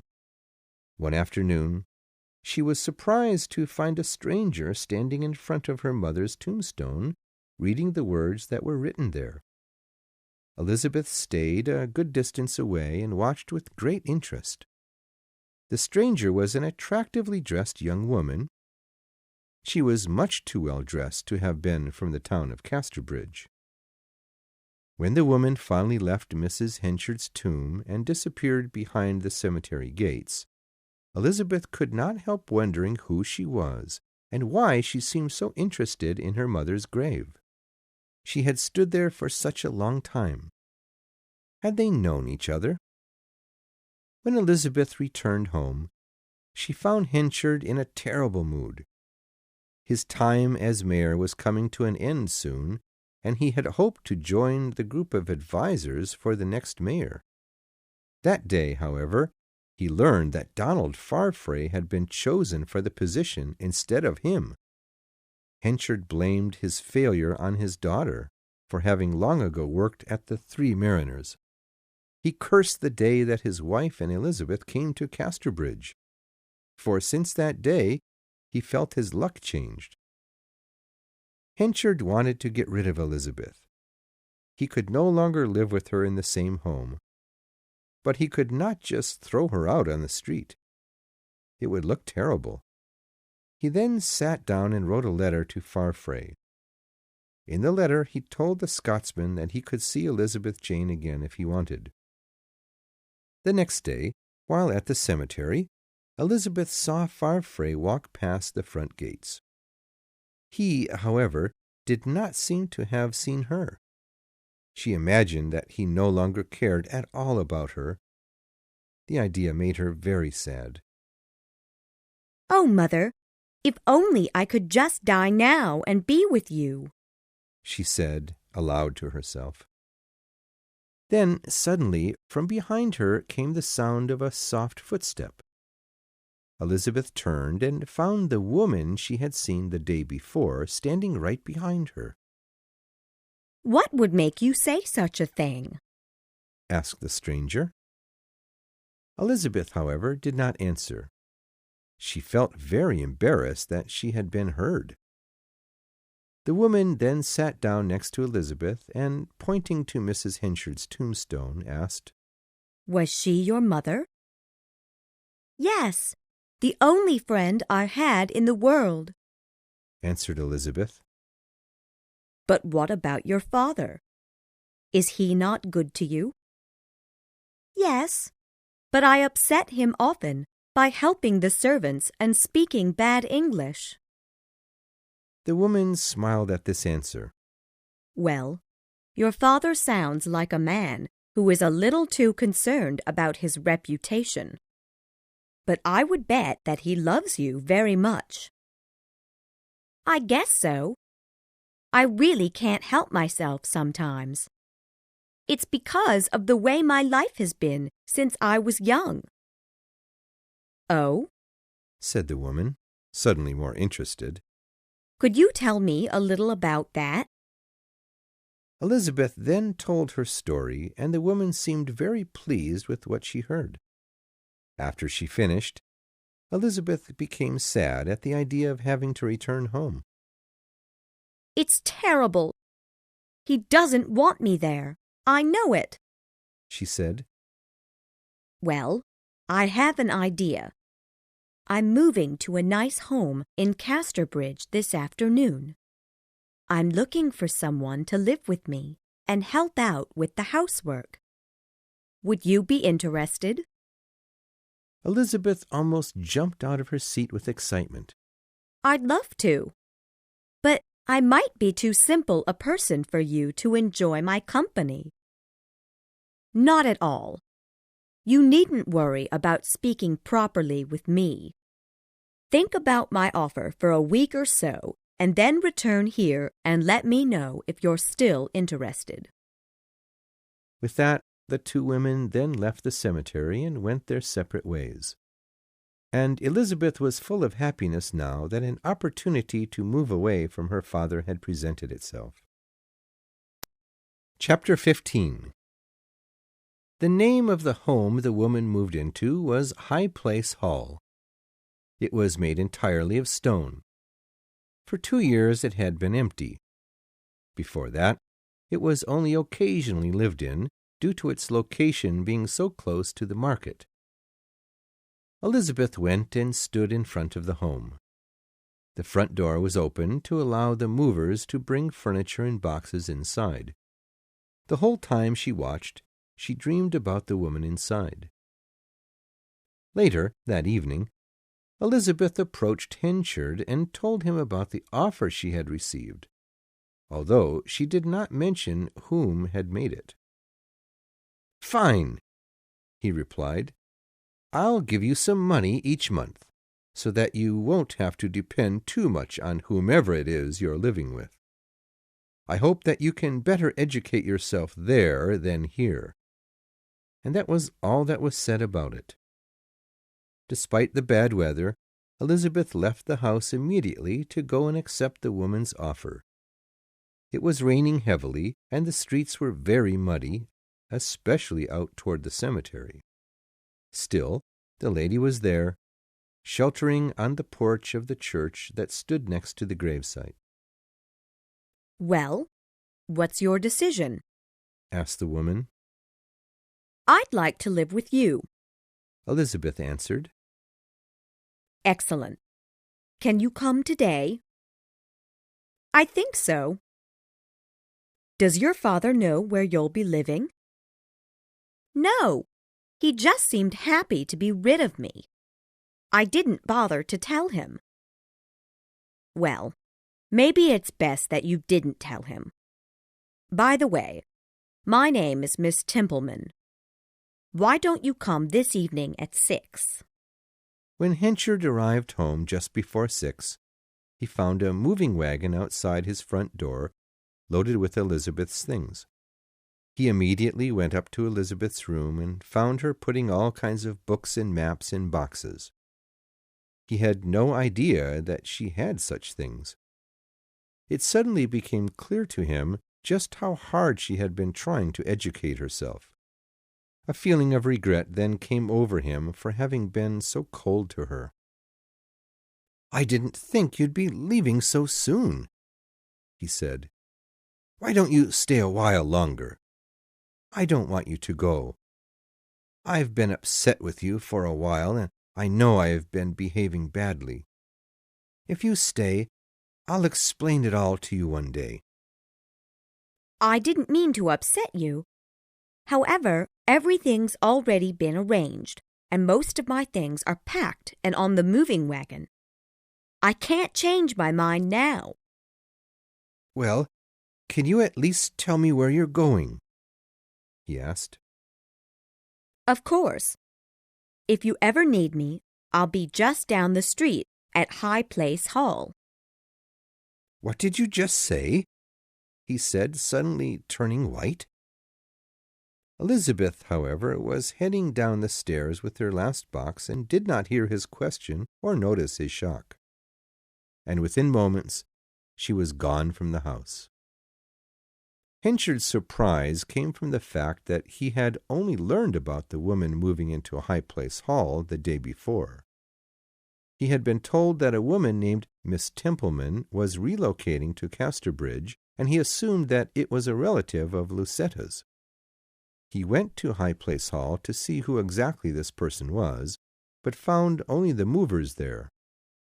It was not until he received a letter from Lucetta that he realized that it was she herself who was moving to his town. In her letter, she explained that after hearing about Mrs. Henchard's death, she decided to accept Mr. Henchard's earlier offer of marriage. She also explained that her wealthy aunt recently died and left her all of her money. This allowed her to leave Jersey and to change her name to her aunt's in order to start a new life. Lastly, in the letter she wrote, I have done a funny thing by asking your daughter to live with me. I've done this in order to give you an excuse to come to my home without making people in town talk. See you soon. Lucetta. Chapter 16. That night, Lucetta and Elizabeth got to know each other a little better. The newly arrived woman found herself so comfortable with Elizabeth that she began to talk about parts of her life that she had planned never to mention again to anyone. She even admitted that she was from Jersey. However, there was little danger in telling Elizabeth this information. The following morning, Lucetta told her new housemate that she was expecting a visitor. She did not mention that it was Henchard, however. Both women sat patiently in the living room, looking out upon the market that was presently full of people. Soon, Mr. Henchard's hat could be seen passing in front of the house. Elizabeth then noticed Mr. Farfrae standing under an apple tree that had been brought to town for sale. He followed Henchard with his eyes, seeming to want to say hello. Henchard, however, gave him an unfriendly look and walked on by. The day went on, and eventually the market closed. Henchard did not once come to visit. Nor did he come the next day or the several days that followed. Lucetta was very disappointed. She still wanted to marry him, even though she had now become wealthy and no longer needed his support. However, it was true that she no longer had as much feeling for him as she had before. Her love had turned a bit cold over the years. One morning, Lucetta asked Elizabeth why her father never came to visit. He and I don't get along, she answered. He avoided me when I lived with him. I can't see why he would come looking for me now. Suddenly, great tears came to Lucetta's eyes. Of course, Elizabeth could not understand what was wrong. She did not realize right away that once again she was no longer wanted. Immediately, Lucetta began to think up ways to get her housemate out of her home for the morning. She asked Elizabeth to run to several stores to buy numerous items, and she even suggested that she visit the town's museum before returning. As soon as Elizabeth left the house, Lucetta had a letter delivered to Henchard. In the letter she wrote the following. Michael, I will be alone this morning. I've sent your daughter out on errands. Please do not avoid me any longer. Lucetta. Later that morning, she heard a knock at her front door and asked her servant to answer. A feeling of nervousness suddenly came over her, so she hid herself behind a window curtain in the living room. She waited until the man entered the room and then released the curtain that hid her from view. Much to her surprise, it was not her lover. It was a much younger gentleman, wearing very fine clothing and holding a riding whip in his hand. I'm sorry, I was expecting someone else, explained Miss Templeman. No, I should apologize. I came without an appointment to see Miss Henchard. Is she here? Asked the gentleman. She's not, but why don't you have a seat? She won't be long. Miss Templeman lied. She, like everyone else in town, including Henchard, found the Scotsman's company very pleasing and did not want him to leave right away.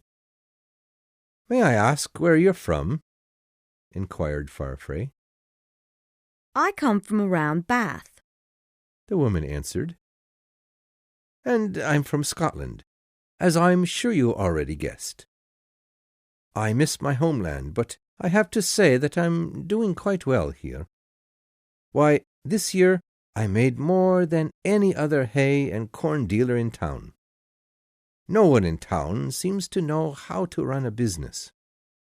There's hardly any competition at all. It's almost like taking candy from a baby, although I hate to sound so cruel. Lucetta found Farfrae interesting. His character seemed to have two very different sides, the cold businessman and the warm, passionate man who missed his homeland.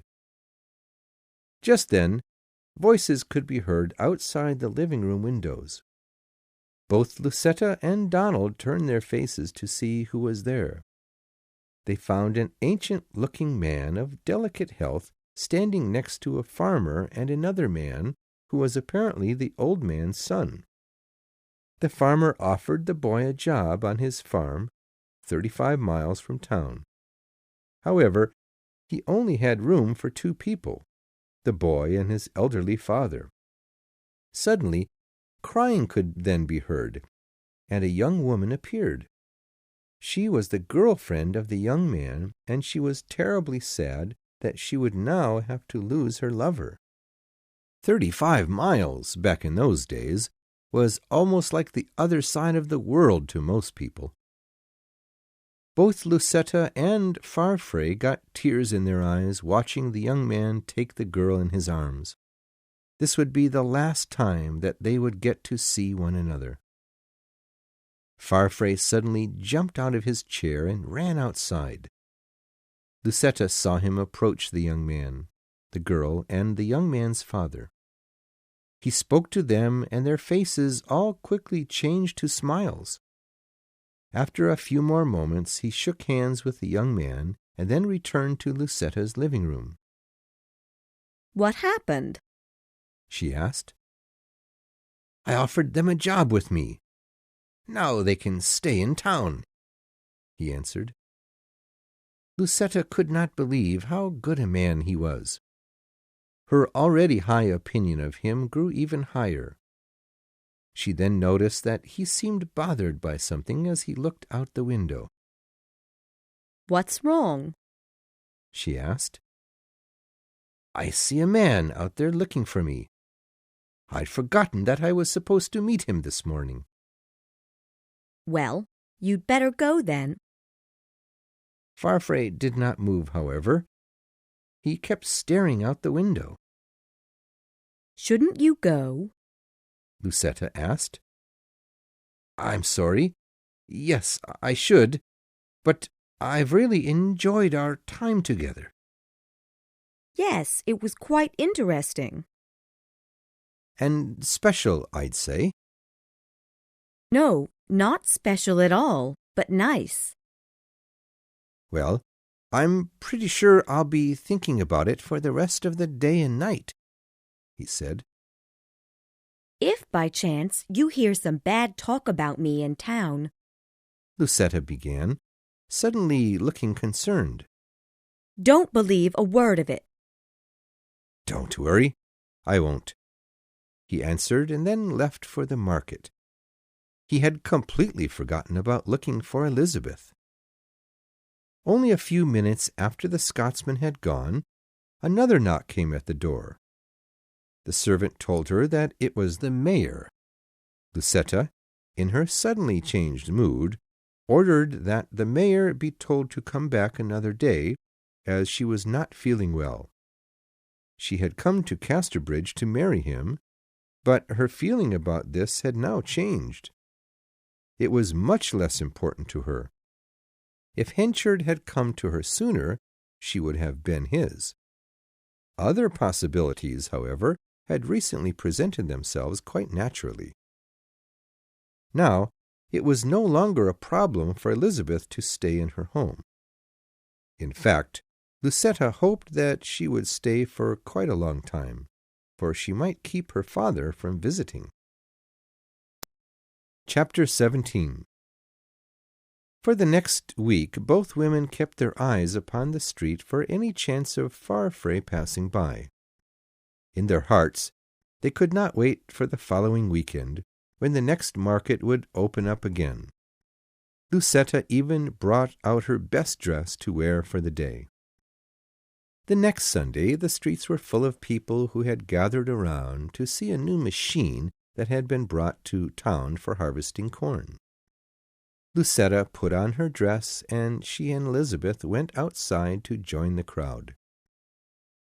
"It looks like a strange piano," Lucetta commented.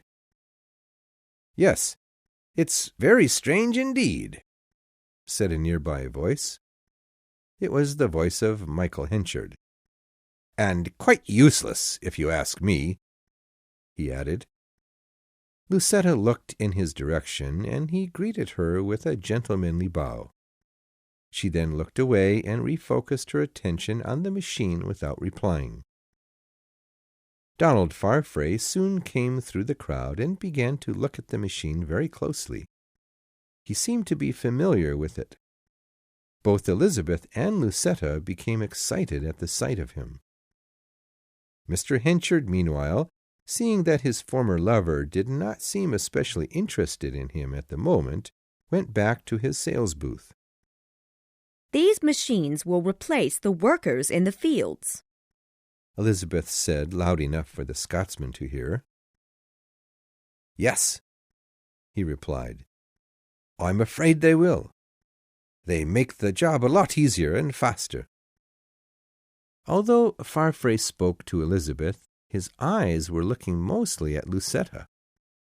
When the two women went back inside their home, Elizabeth commented that it seemed Donald and Lucetta knew each other. Her housemate then explained the meeting that had happened the Sunday before. From that time forward, Elizabeth paid more attention to her housemate's behavior in the presence of Farfrae. It soon became obvious to her that Lucetta was romantically interested in him. One early evening, Elizabeth noticed that her housemate seemed bothered by something. She asked what was the matter, and Lucetta immediately told her. "I'd been thinking about a woman I'd known before. She had fallen in love with a man who didn't love her as much as she did him. One day, however, after years of being together, an opportunity came for her to marry him. The only problem was that she had met another man recently whom she found more interesting and handsome." "My goodness, another man?" said Elizabeth. "Yes. What would you have done if you were in that same situation?" asked Lucetta. "That's much too difficult a problem for me. I'd have no idea how to handle it." Then Lucetta looked in the mirror and, with a tired and sad voice, asked Elizabeth, "How much longer do you think I have before I start to look old and unattractive?" Elizabeth looked at Lucetta carefully. She, of course, knew that Lucetta had been talking about herself and not some other woman. And, without a doubt, Farfrae was the man she had recently met and found interesting.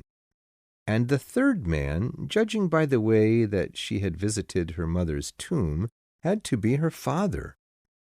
With this in mind, she answered, "If you live a simple life without much pressure, without men, I'd say you have 10 more good years. However, love might take away 5 of those good years." Over the next couple of weeks, Farfrae visited often.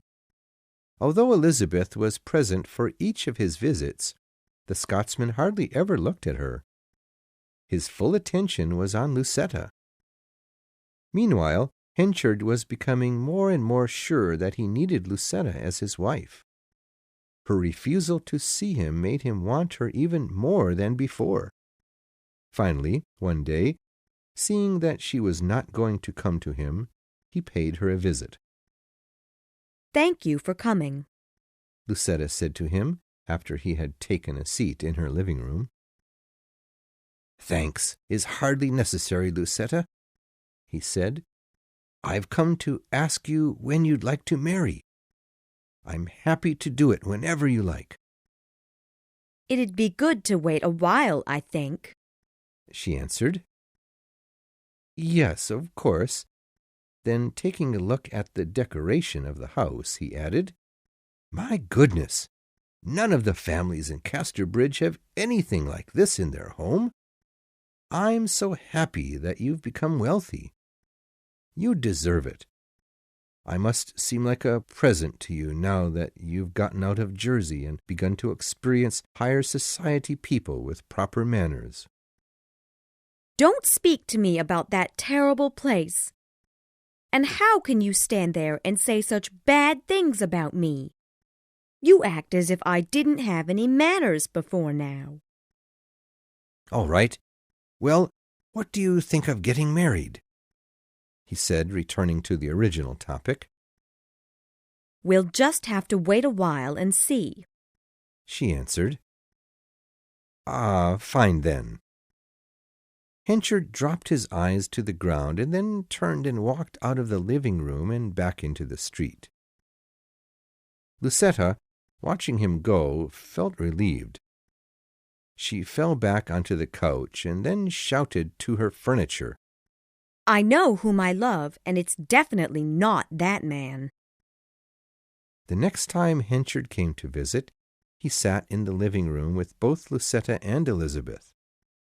They discussed mostly simple, uninteresting things, as it was impossible to mention the marriage he now wanted so badly. Then a knock came at the door. It was a cheerful knock. Immediately, Henchard, who had been worrying about the possibility of there being another man in Lucetta's life, wondered if it might not be an enemy at the door. In fact, it was Donald Farfrae. The sudden change in Lucetta's behavior upon the entrance of the Scotsman made Henchard realize that he had been right. As Donald sat down next to the mayor, an uncomfortable quiet settled upon the room. The visit did not go very well at all, and Henchard finally left feeling quite sure that Farfrae and Lucetta were lovers. He, of course, had no evidence of this, but it was clear that there was something between them. He did not like it and decided to do what he could to prevent their relationship from getting stronger. The first thing he did was offer the manager's position to Jop. The already poor man, after losing the position to Farfrae, became one of the poorest in town. Now, however, the position was his, and Henchard expected hard work. "Our biggest goal, Jop, is to destroy Farfrae's business," Henchard said. I still have the biggest corn and hay company in town, and I plan to keep it that way. We will fight the Scotsmen and win. You understand me? We must offer people the best price for our services, even if it means losing a little money for a while." Jop looked forward to the fight, for he hated Farfrae.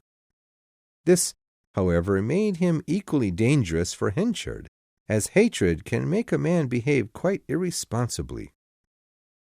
"I'll do everything I can, sir," he replied.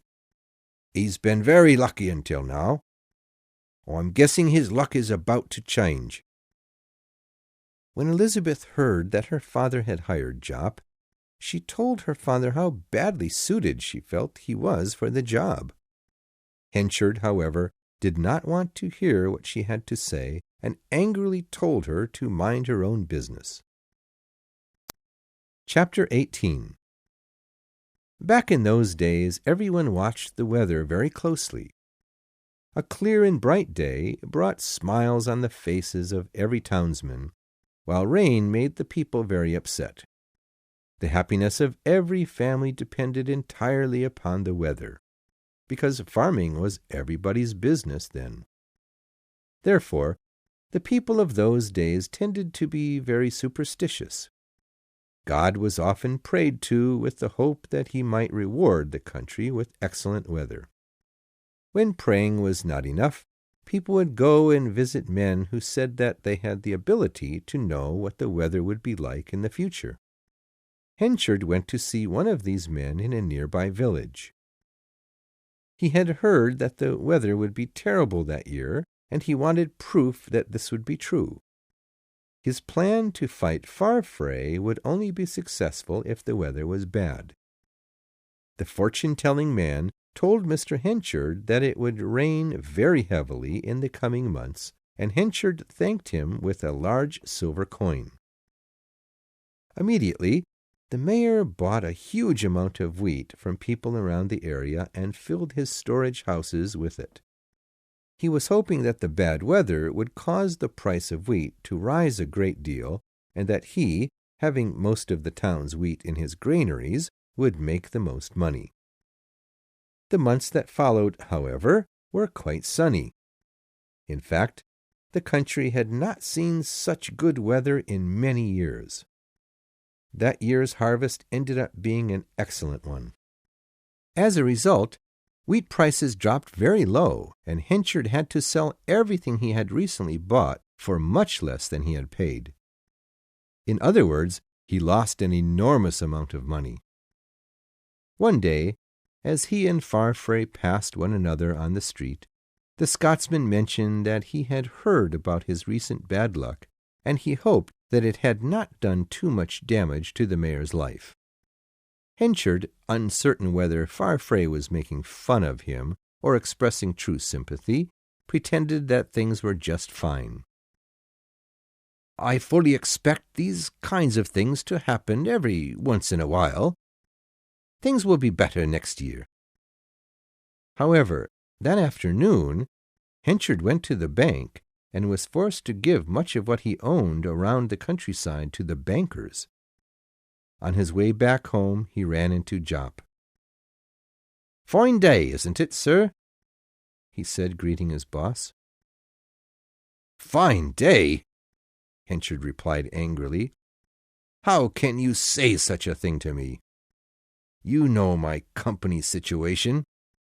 Hell, you are partly responsible. You've never once argued with me or tried to change my mind about my plan. You're useless, completely useless. As of this moment, you are no longer my employee. Goodbye." Henchard then walked away, heading once again for home. "You'll regret this, sir," Jop shouted behind his former boss. "I promise you'll regret this." Chapter 19. Soon the harvest came. Farfrae had done well that year and had bought up a lot of grain after the prices had fallen extremely low. He was gradually becoming wealthier and more popular with the people every day. Henchard, on the other hand, began to feel that the whole world wanted to destroy him and his business. After selling the grain he had paid so much for, he began to notice a change in the weather. The skies were becoming gray and the air wet. Soon, heavy drops of rain could be felt falling to the earth. "Damn it! That old fortune-teller was right," he thought to himself. "Why didn't I wait to sell? I might not have lost so much money." Then, one evening, there was an accident between two wagons in the empty marketplace, very near Lucetta's home. One of the wagons belonged to Farfrae and the other to Henchard. The wagons were being driven by employees of the two men. When Henchard arrived at the scene, he saw that his own wagon was on its side, as well as the horse that had been pulling it. The hay his workers had gathered from the field was all over the ground. He freed the horse and helped it back onto its feet, and then began to yell at Farfrae's worker. "What in the hell were you thinking? Look at what you've done!" he shouted. But just then, Elizabeth and Lucetta walked up to the men and interrupted Henchard's shouts with an explanation of what had happened, for they had seen the whole accident from beginning to end. "It was your workers' fault, actually," Lucetta said to Henchard. "It's true, Father," Elizabeth added. "Don't listen to them women, sir," said Henchard's worker. "Every one of them is in love with Farfrae. They'd rather hang all the other men in town than admit that Farfrae was wrong about something." Henchard turned his eyes toward Lucetta and saw that she had disappeared back into her home. The words of his employee deeply upset him. He wanted to ask Lucetta about Farfrae, but she had run away, and now he had this mess in the middle of the street to clean up. He decided to leave the cleaning to his workers and to go to Lucetta anyway. However, after knocking at her door, a servant told him that she could not see him that evening because she was preparing to go out later on. "Plans? What kind of plans?" Henchard wondered to himself. He wanted to know so badly that he hid himself in a dark corner of the street across from Lucetta's home and waited. Around an hour later, Farfrae came whistling up to the front door, and Lucetta almost immediately came out and joined him on the street. Henchard followed them on their walk, filled with jealousy and anger. When the two lovers separated an hour later, and Lucetta returned alone to her home, he again followed her. At her house, he did not bother to knock, but let himself in. He then walked upstairs to the second floor to try and find her. When he came into her bedroom, Lucetta nearly screamed at the sight of him. "What are you doing?" she cried. "You have no right to just walk into my home like this." "Ah, but I do," he answered. "You, however, haven't any right to treat me the way you have been. Do I have to remind you of how easy it would be for the people of Casterbridge to learn about your past?" "Shut up," she yelled. "I've lost interest in marrying you because I realized that you don't love me. You offered marriage to me because you pitied me. You also felt sorry for me because of my terrible reputation in Jersey. You knew that long before you came to Casterbridge. You came here to marry me. Once you got your aunt's money, you could have moved anywhere and married anybody." There was a silence between them for a few moments. "Never mind. I know the man you wish to be with. I, however, won't let it happen. If you don't marry me, I'll tell the whole town about your life in Jersey." He then called out Elizabeth's name. Seconds later, she came into Lucetta's bedroom. "Father, What are you doing here at this late hour? Just listen, he said, and then turned back to Lucetta, who held her head in her hands. Will you marry me, Lucetta? Yes. Fine, I will. She forced herself to answer. Just go away now, Michael. But, Lucetta, what are you saying? Elizabeth asked, not believing what she was hearing. Then, turning to her father, she said, She doesn't want this, Father, I'm sure of it. Don't make her do it. Henchard left the room without answering his daughter and returned to his home. Elizabeth then sat next to Lucetta, who was crying into her hands. Why have you agreed to this? Have you known my father for a long time? You called him Michael as if you were old friends. I'll beg him to change his mind about this. Please don't do anything, Elizabeth, Lucetta said, putting her hand on her housemate's hand. Just leave it alone. Chapter 20.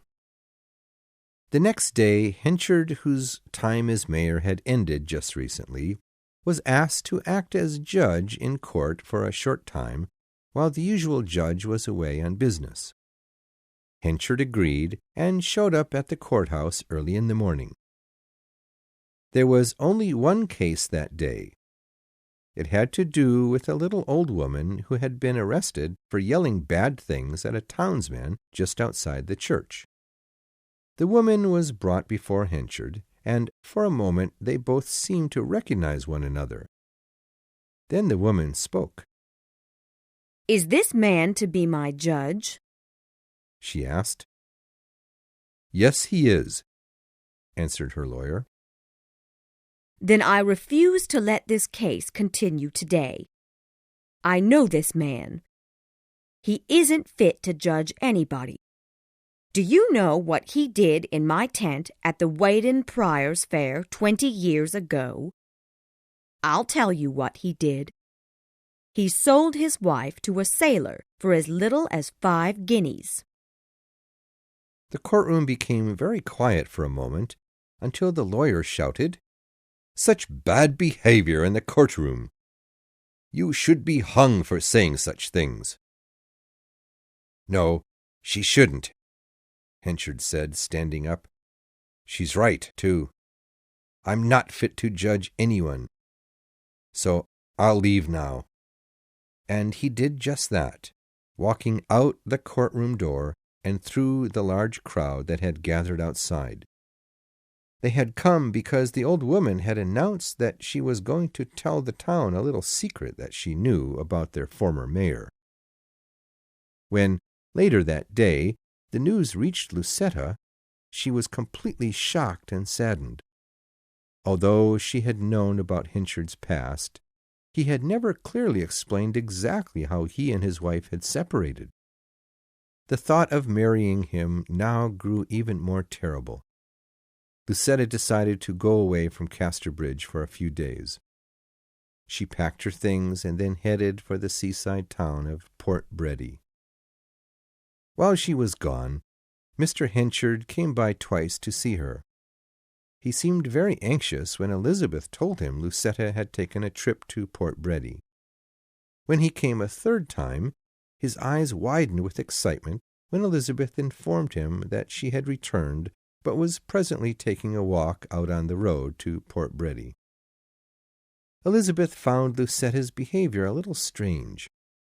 She could not understand why Lucetta wanted to walk back to the road she had just returned to town on. What she did not realize was that Farfrae, who had been out of town for several days on business, was expected to return that evening. Elizabeth decided to go and join Lucetta on her walk, thinking that she might appreciate the company. She walked for about a half an hour before she could see her housemate in the distance. She waved to Lucetta, but then in the corner of her eye saw something moving on the right. She turned and discovered that an old bull was coming their way. As soon as the two women reached one another, they both began to run toward the nearest barn. Then, just as they had feared, the bull lowered his head, pointed his horns, and began to run toward their backs. Lucetta and Elizabeth managed to reach the barn, but they did not have time to close the door behind them. They each immediately ran in a different direction when they got inside. The bull came running straight through the door. Inside, the women hid behind farm equipment while the bull continued to search for them. Then the large black shadow of a man appeared in the doorway and ran toward the bull. The man took hold of the bull and squeezed its neck until the animal fell to the ground. Then Henchard's voice could be heard in the darkness. "You girls all right?" "I'd be dead if you hadn't come," cried Lucetta, with tears falling down her face. "Well, then I guess I've made up for you saving me so many years ago," he replied. "Elizabeth, where are you?" "I'm all right," the younger woman said, coming from behind a pile of hay. The three of them walked back out into the sunlight again and headed back toward town. Henchard had his arms around Lucetta, who was still terribly frightened. "Wait," she suddenly said, stopping halfway down the road. "I forgot my scarf. It's in the barn." "I'll get it," Elizabeth offered. She ran back to the barn and found the scarf near the bull, which was now tied to a post. When Elizabeth started back again to town, a wagon came up behind her. Farfrae was in the driver's seat. "Jump on," he said with a smile. Elizabeth sat next to him and told him about what had just happened. He seemed very troubled by the news. Meanwhile, once she had calmed down, Henchard had begun to talk with Lucetta again about getting married. "I've decided that we can wait a year or two because I know you're not ready yet, and I don't want you to be unhappy," he said. "How can I repay you for saving my life?" she asked. "Well," Henchard thought for a moment, "the man I owe money to, Mr. Grower, has been bothering me a lot lately. If you could just tell him that we're getting married in 2 weeks, he'll leave me alone. Of course, we won't marry so soon. I just need a little more time to collect enough money to pay him." Lucetta's face became very sad.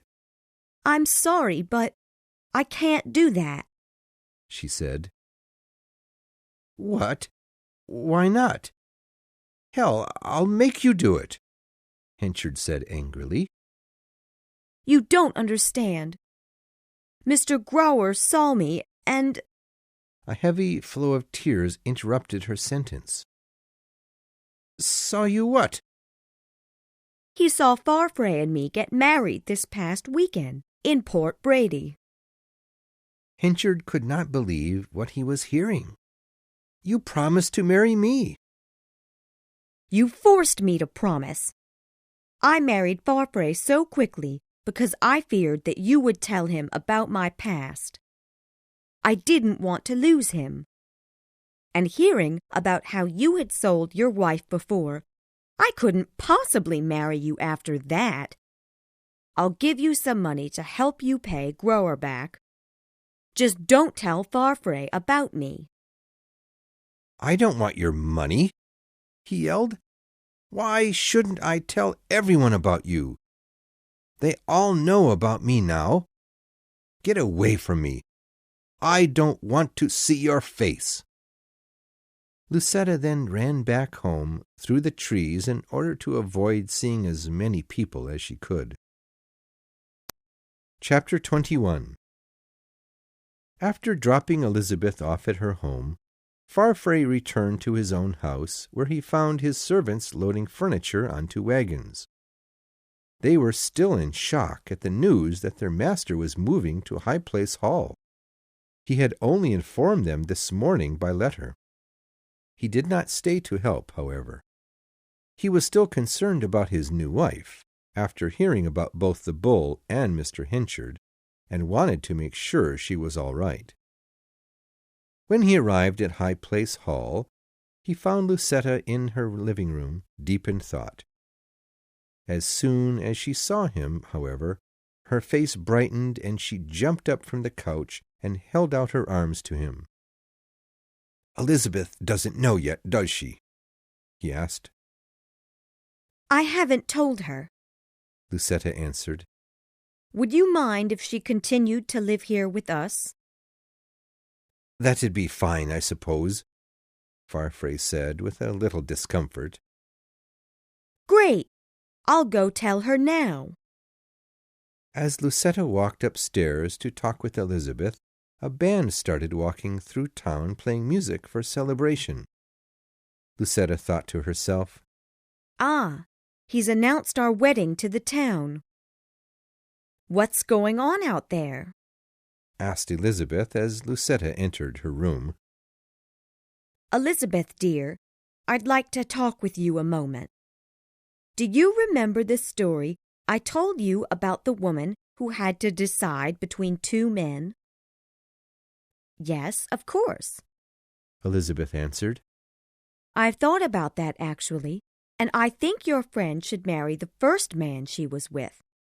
It wouldn't be right to marry the newer man." "Oh, but it's not so simple. The first man would not be a good choice at all." "Please, let's speak truthfully now.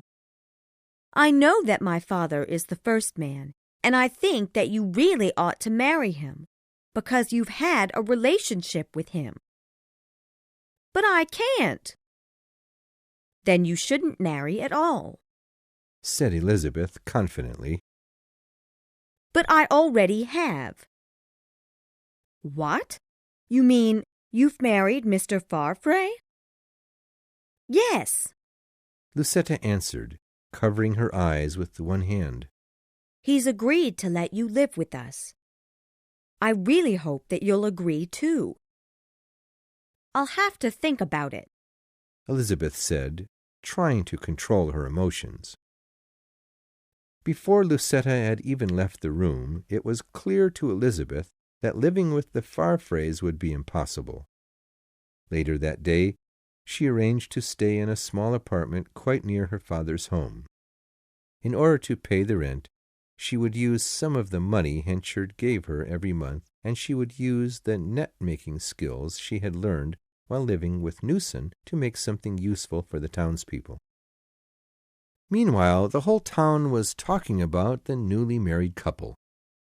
Everyone wondered whether Farfrae would continue his business or retire and enjoy his wife's wealth. Chapter 22. Ever since the old woman told her story in court, Henchard's life began to get quickly worse. Not only was his reputation ruined, his money was nearly almost entirely gone. On the streets, he could no longer look people in the eye. He was too full of shame. Soon, all of his things were taken from him in order to pay back the people he owed money. He lost everything, even his house. As a result, he moved into the house that his former employee, Jop, lived in. Elizabeth made many attempts to communicate with him by letter, but Henchard would not respond. When she went to Jop's home to find her father, she again was refused. All around town, the barns and granaries that had once belonged to Henchard's business were now the property of the most successful man in town, Mr. Farfrae. The men who began to work for him were happy with the change in ownership. No longer were they rudely treated or frightened into working hard. Farfrae was a fair man who rewarded his men for the work they did. Henchard, meanwhile, had begun to spend time at a bridge just outside of town. This bridge was very popular among the failures of Casterbridge. This was the place where alcoholics, people without jobs, and the poorest of the poor came to spend their afternoons and evenings. One afternoon, as he stood staring into the water that passed underneath the bridge, a voice addressed Henchard from behind. It was Jop. Henchard had moved into his home because he felt the least ashamed around him. "You know that Farfrae and that woman moved into your house today?" he asked. "What?" Henchard said, suddenly standing up straight. "They could have moved anywhere in town. Why did they have to choose my home?" "He's bought most of your furniture, too," Jop added before walking away.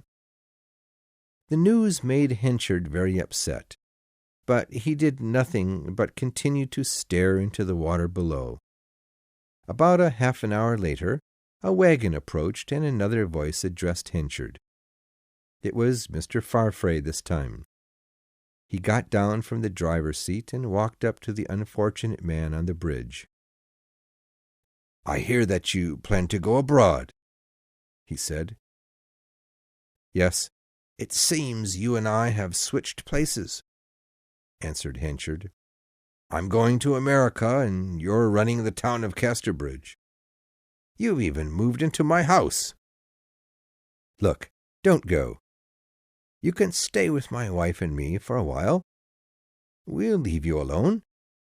You'll not feel uncomfortable there, I promise." "Thank you, but I can't." "Well, if you can't agree to that, at least take some of the furniture I bought. I'm sure some of it might mean a lot to you. I'd like to give it back to you." "For free?" Henchard asked. He could not believe how generous Farfrae was being. He truly was a good man.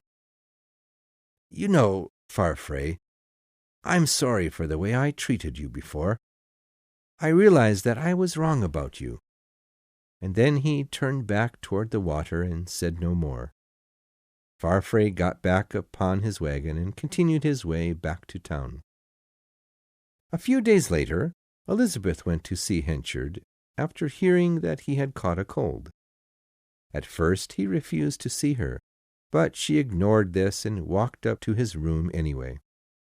He demanded that she leave, but she would not listen and immediately began to care for him. Soon he calmed down, and the two became friendly again. As soon as he was feeling better, Henchard decided to go and offer his services as a hay binder to Farfrae's company. They hired him right away, and he began to travel around the countryside for them, just as he had done so many years before. After a while, however, he began to be needed more around Casterbridge than elsewhere. Soon he ended up working just outside the house that had once been his own. He did his best not to let it bother him, but it was hard seeing Farfrae come and go through doors that he knew so well. And, of course, there was Lucetta, who, thanks to her newfound money and power, was now even more attractive to him than before. Naturally, the time came when people began to talk about the possibility of Farfrae becoming Mayor of Casterbridge. When Henchard heard this, his old angry feelings toward the young man began to come back. It was then that he began to say to people, "I've only 2 more weeks left." When asked what he meant by that, he answered, "My promise to myself not to drink. I have only 2 more weeks, and then it's over." Chapter 23. Exactly 2 weeks later, Elizabeth heard a couple of townspeople outside her door talking about Henchard. "The man's begun drinking again. I saw him just a few minutes ago at the Three Mariners." Immediately Elizabeth left her home and went to the inn. When she arrived, she found him drunk and frightening the poor Sunday churchgoers who'd just come in to have a drink and discuss the speech the priest had given earlier that morning. Henchard stood at the door holding a long stick in his hands, threatening to hit anyone who did not sing his favorite song. Elizabeth waited until the singing was over, and then entered the pub and walked up to Henchard. He was calm now, and he obeyed her when she took him by the hand and led him out of the pub and back to his home.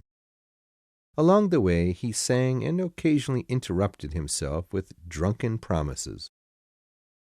"The next time I see Farfrae, I'm going to have to do something to make up for everything I've lost to him," he said.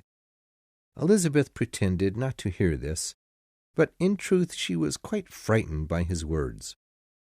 She wanted to tell Farfrae, but instead decided to observe Henchard's behavior for a while to see how serious he was. One day, in order to watch him more closely, she joined her father in his work outside the Farfrae's home. Together, they worked in the hay barn, tying large bundles together and piling them up. They were busy at this when Donald and Lucetta came walking out of the back door of their home. Donald walked directly to his office, while Lucetta went to the hay barn. She had not known that Henchard was working for her husband, for he had never mentioned it. So it was with great surprise that she entered the barn and found herself facing Henchard and Elizabeth. She stood so still that it seemed impossible for her to move. "Excuse me, ma'am," said Henchard. "Could you please tell us what time it is?" Lucetta nervously looked at her watch and then said, "It's 4:30. "Thank you, ma'am. It's almost time for our work-day to end, you see. We poor people can't enjoy the easy life that you do. We greatly appreciate it when you come in to see us. It's not often that great people pay attention to us." Lucetta tried her best to smile and then quickly left the barn. From that day on, she avoided meeting Henchard again. Donald, on the other hand, treated Henchard better than the other workers. He could not forget that this man had once been the owner of the business he now owned. One day, Elizabeth came to give her father some tea, in hopes that he might not drink very much at the inn later in the evening. As she entered the barn and climbed the stairs to the second floor, where the untied hay was kept, she saw Henchard and Farfrae having a conversation. Donald's back was to Henchard, and he was talking to him while standing at the edge of the second-floor balcony, looking down at the floor below. Much to Elizabeth's horror, she thought that she saw Henchard reach out with his right hand toward Donald as if to push him over the edge. Then he let his arm drop back down to his side and continued to listen to his boss speak. Elizabeth took the tea to him and then immediately left. As she returned home, she began to think that her father was becoming more and more troubled about working for Farfrae. Because she feared that he might eventually do something to hurt the Scotsman, she decided to tell Donald to be careful. The next morning, she got up earlier than usual and met Farfrae on his way to one of his work sites in town. It was his habit to begin his workday while the rest of the town still slept. He was surprised to see Elizabeth and greeted her in a very friendly way. "Mr. Farfrae, I'm sorry to bother you so early," she began. "but I wanted to warn you about my father. I'm afraid that he might want to do something to hurt you in the future. I hope that you might just be more careful when you're around him. That's all." "Thank you for your kind warning, but I can't imagine him wanting to hurt me at all," Donald replied. "He and I are friends now." "Just be careful, sir. His life has changed. He's capable of doing things he wouldn't have done before." Elizabeth then left Farfrae and returned to her home. Farfrae did not think too much about what he had been told. However, later that same day, he was again warned by another person of Henchard's bad feelings toward him. It had been Donald's plan to set up a small business for Henchard. However, one of his fellow townsmen, after hearing this plan, told Farfrae about the terrible things Henchard had been saying about him every night at the Three Mariners. "Well, he helped me in the past. I'll always help him," Donald said. "But maybe I ought to think more about this small business I plan to give him." When Henchard later heard that the mayor's office had planned to help him start a new business, but that Farfrae had suggested that they not do it, his hatred of the Scotsman grew. Later that evening, while talking about Henchard with Lucetta, a knock came at Farfrae's door. It was one of the mayor's advisers. "Donald, I've come to tell you that the mayor has just died. Many of us in the advising council would like to see you become the new mayor. Will you agree to it?" "I?" Donald looked over at Lucetta, who did not seem pleased. "Donald and I were thinking about leaving Casterbridge, actually," she said. Lately hearing about Henchard's growing anger, she had become nervous about the possibility of her past being uncovered. She had tried several times to convince her husband to move. "If you all want me to be mayor, then I suppose I'll have to do it," Farfrae answered. "Excellent. I'll tell the others right away." And then the adviser left. 2 days later, the town was filled with the sound of music and the ringing of church bells. Donald Farfrae had been made the new mayor of Casterbridge. The celebration made Henchard's anger and sadness 10 times worse than before. He drank more than usual that day in order to pay as little attention as possible to the town's happiness.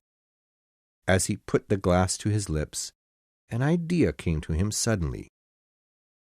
The next evening he went to Farfrae's home and knocked at the front door. Donald answered. "Sorry to bother you, but I believe that I've left something in your living room safe," Henchard explained. "It's quite important to me. Would you mind if I got it?" "Of course I wouldn't mind. Please come in," Farfrae politely said.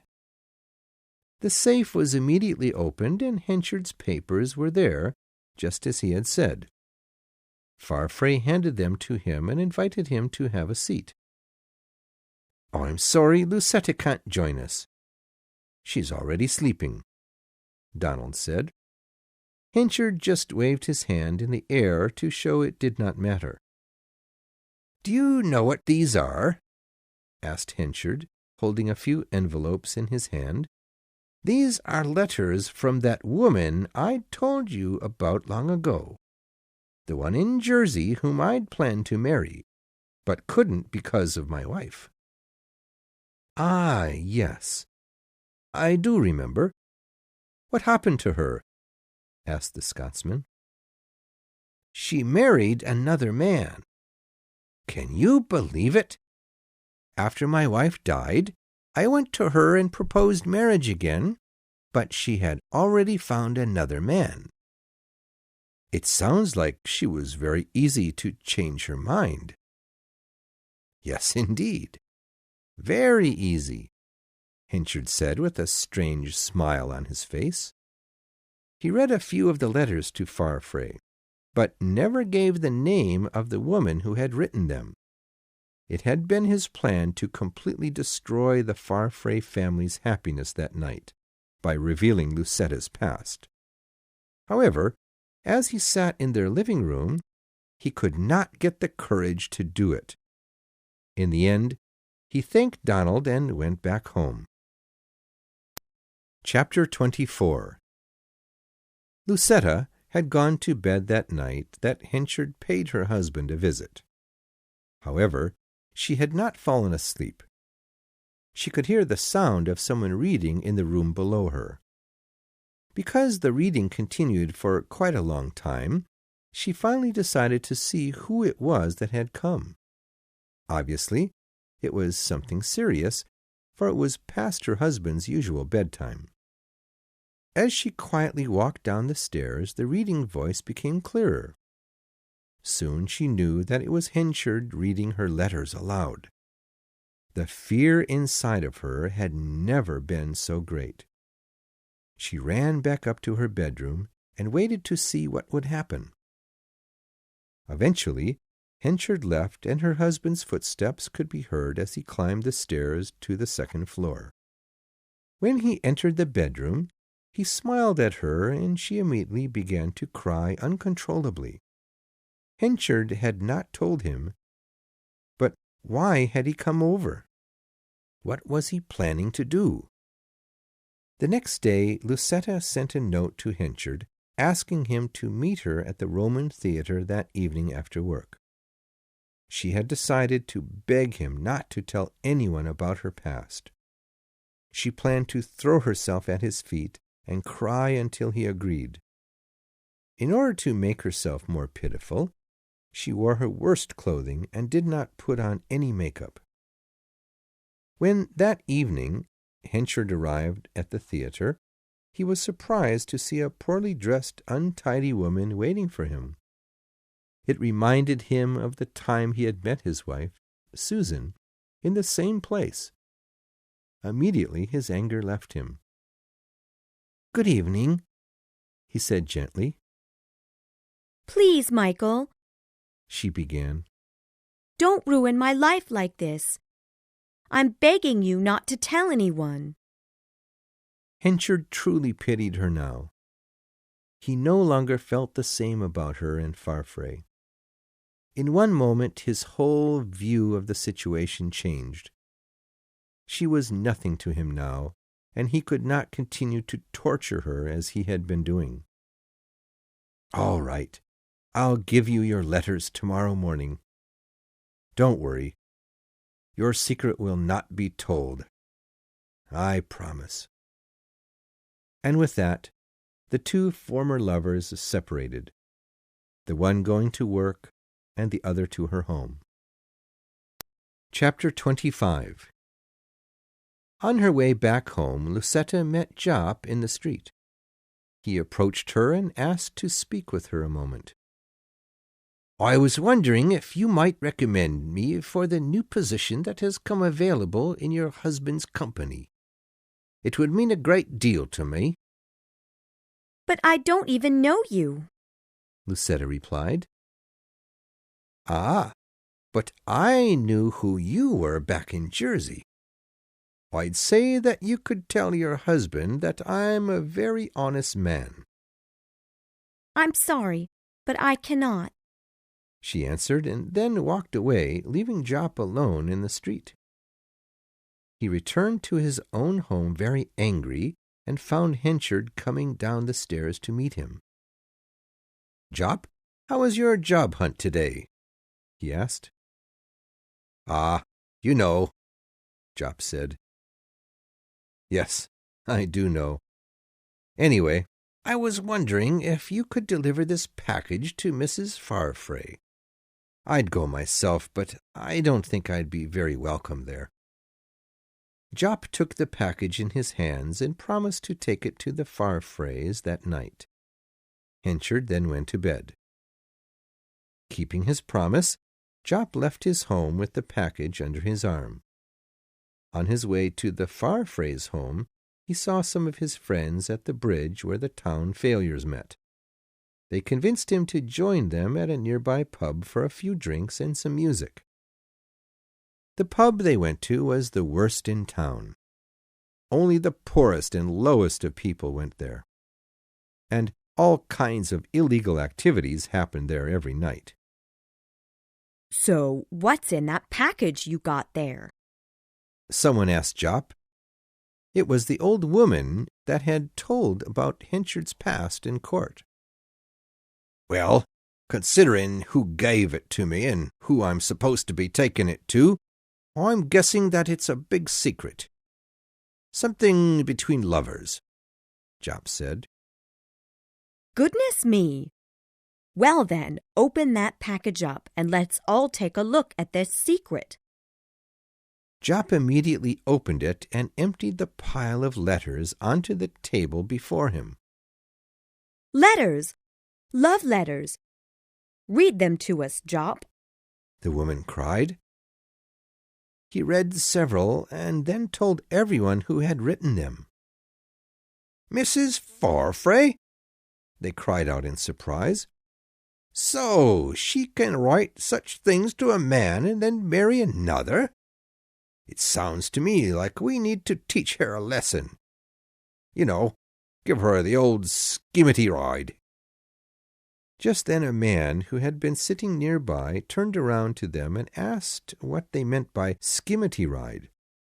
He was a stranger in town, and he was not familiar with such a word. It's what we do to women when we find out they're not being honest to their husbands. It's quite funny, actually, Jop's friend explained. Well, I'd love to see that, the stranger said excitedly. Then, reaching into his pockets, he pulled out a coin and threw it onto the table in front of Jop. Now, I'll only be here a couple of weeks. I hope to see this skimmity ride before I go. Then the man left to find a place to stay for the night. The next morning Jop took Henchard's package to the Farfraes. Lucetta then immediately burned the letters and felt an enormous relief at having gotten rid of her past. Chapter 26. One day, the mayor's office received an exciting piece of news. A letter came announcing that a member of the royal family was going to be passing through Casterbridge on his way to another town. He agreed to stay there for half an hour if the people of the town wanted to greet him formally. Farfrae's office then became very busy with preparations for the special day, for it was extremely rare for any royalty to come to Casterbridge.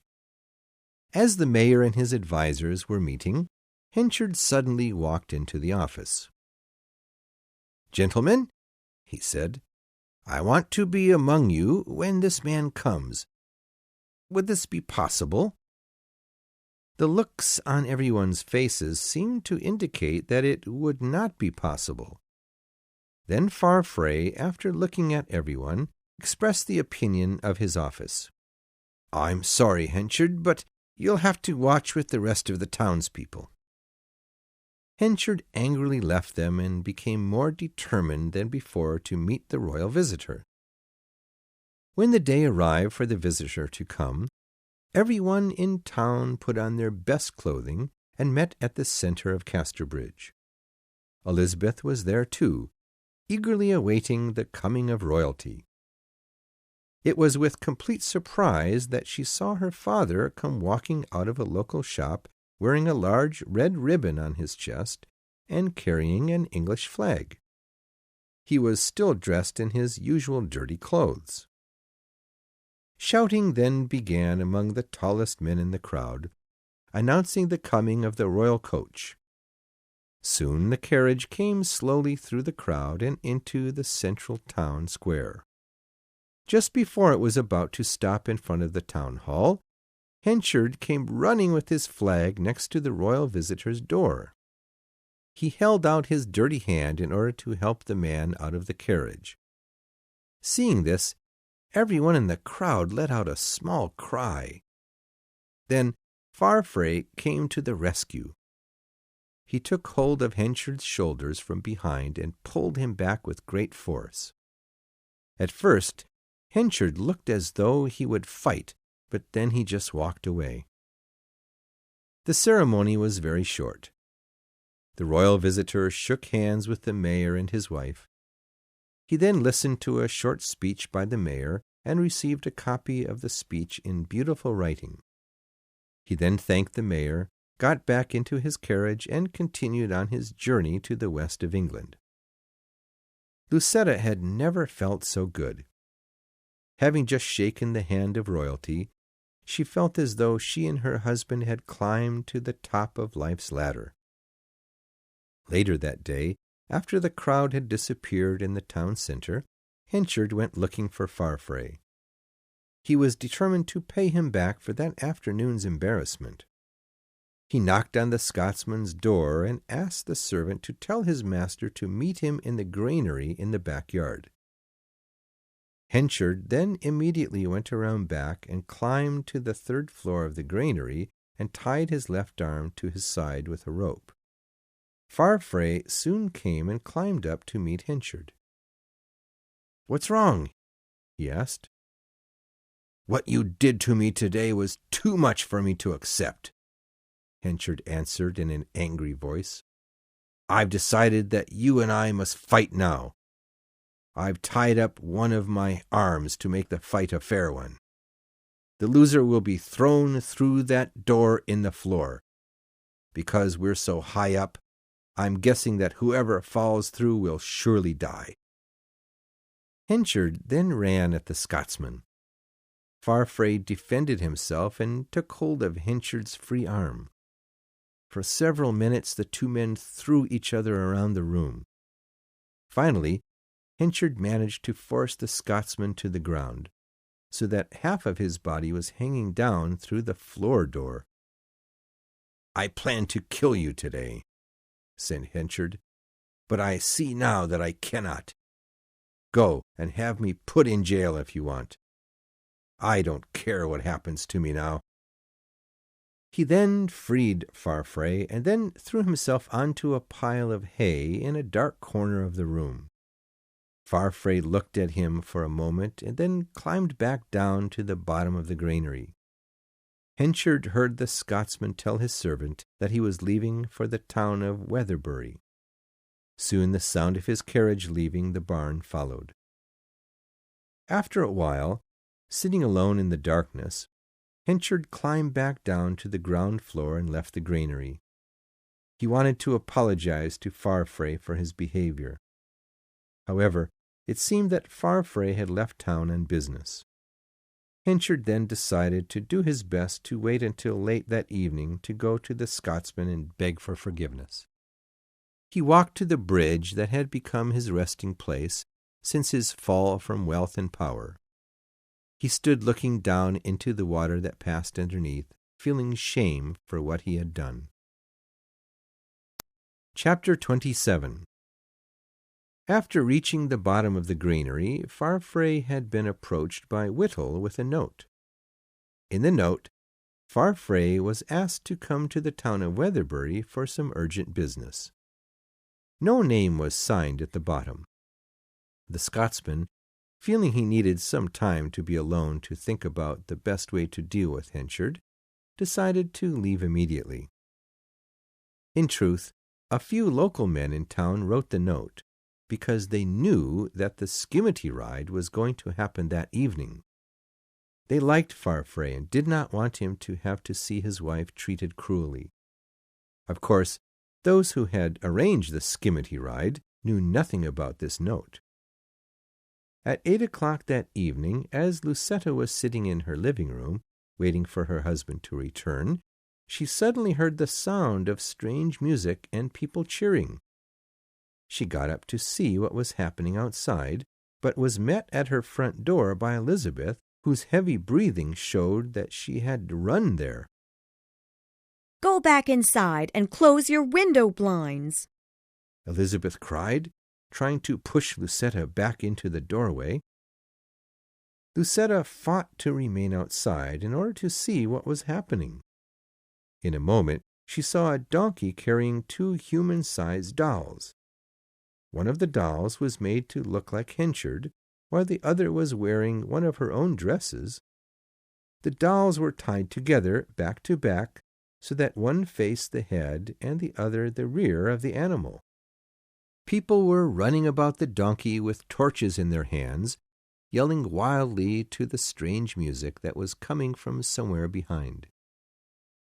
"My God, that's me! They know!" cried Lucetta. She then fell to the floor. Her whole body shook uncontrollably, and her eyes rolled back into her head. She was having a seizure. Elizabeth shouted for the servants to get a doctor and to help her carry Lucetta up to her bedroom. The doctor soon arrived and examined the poor woman. "Something is very wrong here," he said. "Where's Farfrae?" "He should be back any time now," answered one of the servants. "No, someone needs to find him and get him here quickly," the doctor ordered. Several men went toward Budmouth to try and find the mayor as soon as possible, for Lucetta's life depended on seeing her husband. Her body had reacted very violently to the embarrassment, and it did not seem strong enough to fight for its own life.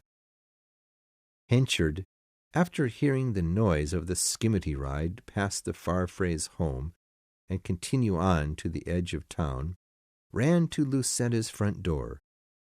A servant told him about what had happened and that some men had gone to Budmouth to look for Mr. Farfrae. Henchard then became full of terror, for Farfrae would be coming home from a different direction. He had gone to Weatherbury, not Budmouth. He immediately began to run in that direction out of town. Soon, Farfrae's carriage could be heard approaching in the distance. Henchard could see that it was about to turn to the left and head toward another town, for Farfrae probably had another appointment elsewhere. Henchard then began to yell, "Farfrae! Wait!"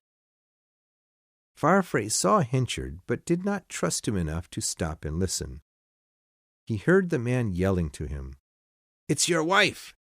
She's terribly ill! The doctor asked that you come home right away!" However, the Scotsman believed that this might be a trick, and that Henchard might have some friends hiding along the roadside, waiting to beat him or maybe even kill him. He whipped his horses into a run and continued on his way to the town of Mellstock. Henchard ran back to the Farfrae's home and announced that Donald would not be returning for at least another 2 hours. Everyone was extremely disappointed. Elizabeth had little hope. "I'm afraid that those terrible people have killed her," she said. Henchard returned to his home, where he found Jop sitting quietly, looking very frightened. "How's Mrs. Farfrae?" he asked. "Not good," Henchard answered. "I was afraid of that," he said, putting his head in his hands. Then, suddenly looking back up for a moment, he said, "By the way, some sea captain came here looking for you." "I can't be bothered with any visitors today," Henchard answered, and then shut the door to his room. Chapter 28. When Farfrae finally arrived home, he found that Henchard had been telling the truth. Guilt and regret rose up in him like it never had before. Before entering the bedroom, he learned from the doctor that his wife had been pregnant but had lost the baby earlier in the night. Farfrae then rushed to Lucetta's bedside and never once left it for the rest of the night. No one is quite sure how much Lucetta told her husband that night when they were left alone in the bedroom. He certainly was told about her relationship with Henchard, but the rest he refused to share with anyone. Meanwhile, Henchard, having found it impossible to sleep, ended up walking up and down Farfrae's street. Often he checked with the servants to see how everyone was doing. He did this until just after sunrise. A servant came out the door and removed the cloth that had been tied to the door knocker in order to keep it from making noise. "What are you doing?" he asked the servant. "Mrs. Farfrae has died." Henchard then returned home and made a fire for himself. He sat quietly, thinking of the past and feeling sorry for Farfrae. Then a knock came at his door. It was Elizabeth. "Did you hear?" she asked. "Yes," he answered. "Please come in and rest for a while. You've been up all night long. You can go rest in my room while I prepare us some breakfast." Elizabeth did as she was asked, and Henchard began to set the table for their morning meal. His feelings for her had begun to change that evening as he had watched her waiting at the Farfrae's home. He now wanted to be a true father to her, and he looked forward to a happy, comfortable future with her. A second knock then came at the front door, and a large man entered. He looked strong and healthy. His clothing also seemed fairly expensive. "Mr. Henchard?" he asked. "That's me." "I'm Newson. I don't know if you remember me. Years ago we had a kind of business agreement in Weydon Priors." "Of course," Henchard answered, letting his eyes fall to the ground. "I've been looking for you for almost 2 weeks now. I heard that Susan died, but that Elizabeth Jane was living in this town. Would you know where she might be?" "I thought you were dead," said Henchard. "Well, after a while it became clear to me that Susan had changed her mind about our marriage. She no longer wanted to be with me. I decided, after my ship had gone through a storm and rumors had spread that we had all been killed, I decided to let my wife continue to believe that. I knew that she'd return to you one day." "I see. Well, I'm sorry to have to tell you this, but Elizabeth Jane's also dead. We buried her next to her mother about 1.5 years ago." "My God, dead," said the sailor, clearly upset by the news. "Then I guess my coming here has been a waste of time. I'm sorry to have bothered you. Goodbye." And then he left. Henchard felt guilty for having lied, but he could not bear the idea of being alone. Elizabeth was the only person in the world who could keep him company now. A little later Elizabeth awoke. They had breakfast together, and then both went their separate ways for the day, Henchard to work and Elizabeth to her net-making. All day long Henchard was bothered by the idea that Newson might return at any moment, learn the truth about his daughter, and take her away. He had lost so many people: Susan, Farfrae, Lucetta, and now Elizabeth. The thought made him terribly sad. It seemed to him that there was no reason to keep on living. Towards evening, he walked out to the bridge where the unfortunate townspeople spent their time. No one was there. He walked up to a place in the stream that had a deep hole and took his shirt off in preparation to jump in and kill himself. Suddenly, however, he saw a body come floating up to the top of the hole. He looked closer and found that it was his own body. At once, he became terrified. However, looking even more closely, he saw that it was the doll that the townspeople had made of him. They must have thrown it in the stream after hearing about Lucetta's death. Henchard then collected his shirt and walked back home. He found Elizabeth waiting for him and felt relieved that Newson had still not come back for her. "Father, you don't look very good. What's wrong?" she asked. "I found that doll they made of me floating near the bridge. I just can't stop wondering why I didn't die like Lucetta. Why am I still alive?" Seeing Henchard so upset, Elizabeth began to worry more than ever about him. "Father, may I move in with you? I think you need someone to take care of you for a while." The very next day they began their life together again. From that day forward, Henchard made every effort to secure her happiness.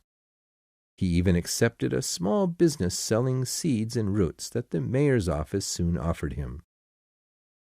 Farfrae, meanwhile, having learned the truth about his wife's death, decided not to punish Jop and his friends for their skimmity ride. He respected his dead wife too much to have her past once again become the talk of the town. So he left it alone and went on with his life. After a year, Henchard's new seed shop, with help from Elizabeth, was doing rather well. Their happiness seemed secure. However, one day, while in the market, Henchard noticed Farfrae's eyes following his Elizabeth through the crowd. From that time, he became worried that the Scotsman was trying to take his Elizabeth away from him. Henchard began to secretly follow his stepdaughter on her early evening walks. He saw that every day she would walk out past the Roman theatre to the sea, where she would quietly stand and look into the distance. On her way back, he saw that Farfrae almost always met her on the road. Although Henchard could not hear their conversation, the nature of their relationship became obvious after seeing them kiss. Even though he was friendly with Farfrae now, it was still difficult for Henchard to accept. Chapter 29. The town soon discovered the relationship between the young couple, and both good and bad talk could be heard among the people. Meanwhile, Henchard continued to secretly follow Elizabeth on her walks in order to see how things were progressing with Farfrae. One day, Elizabeth surprised him at the dinner table by showing him a letter that she had received from a stranger who did not sign his name. This person wants me to meet him near the Roman theatre. He says that he had tried to find me before, but that he had been lied to and sent away. What do you think? Should I go? She asked. Henchard knew right away that it was Newson. Yes, you should go, he answered. I think that I should tell you now. I'm going to leave this town. I want to be alone now in the countryside. But what about the shop? Is this because of Farfrae and me? No, I support you being with him if that's what you want. I don't want the shop any more. You can run it yourself. The next evening Elizabeth walked with Henchard to the edge of town and watched as he continued along the road, far out of sight. He looked, although she did not know it, very much like he had when he first arrived in Casterbridge so many years before. Farfrae soon came along and took Elizabeth by the hand. So he's gone? He asked. Yes, she answered sadly. Well, the friend I told you about is waiting to meet you at my home. Let's go there now. When they arrived at Farfrae's, the Scotsman opened the front door and let Elizabeth enter first. There, in the living room, sat Newson the sailor. Very quickly Elizabeth realized the truth.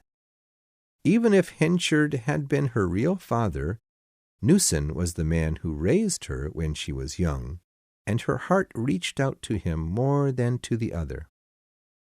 Soon father and daughter were comfortable in one another's presence, and the sailor then told about how he had been lied to by Henchard a year ago. Elizabeth grew angry and pitied her real father for having believed that she had been dead for so long.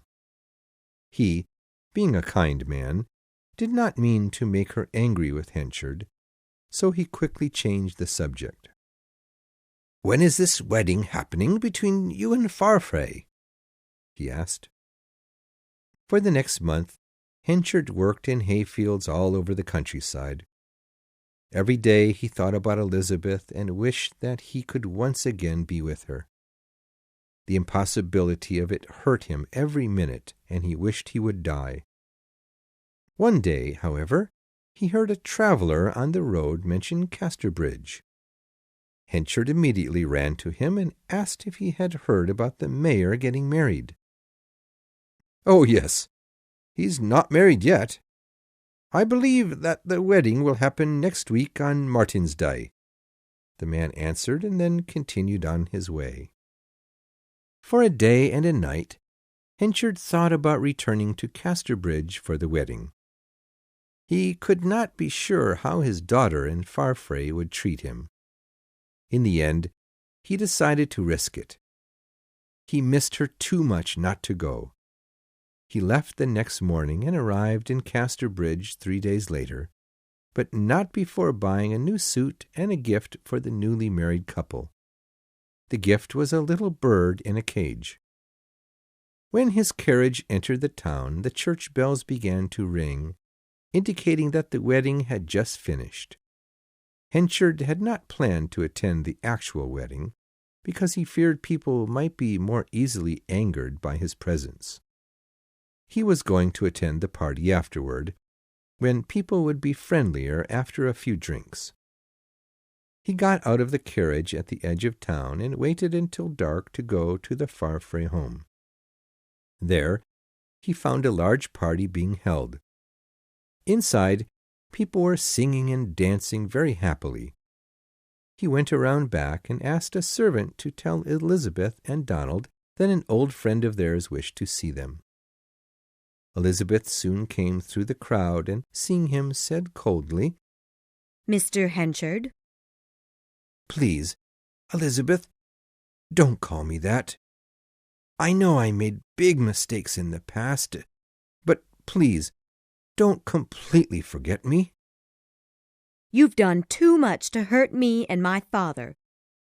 How can I forgive you?" "Yes, you're right," he replied.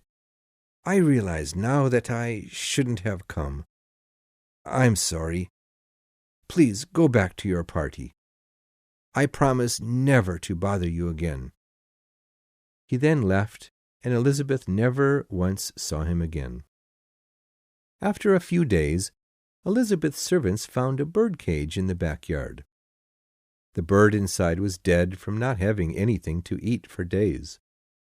The servant took the cage to Elizabeth and told her that she remembered that it had belonged to the old worker whom she had briefly spoken to at the wedding party.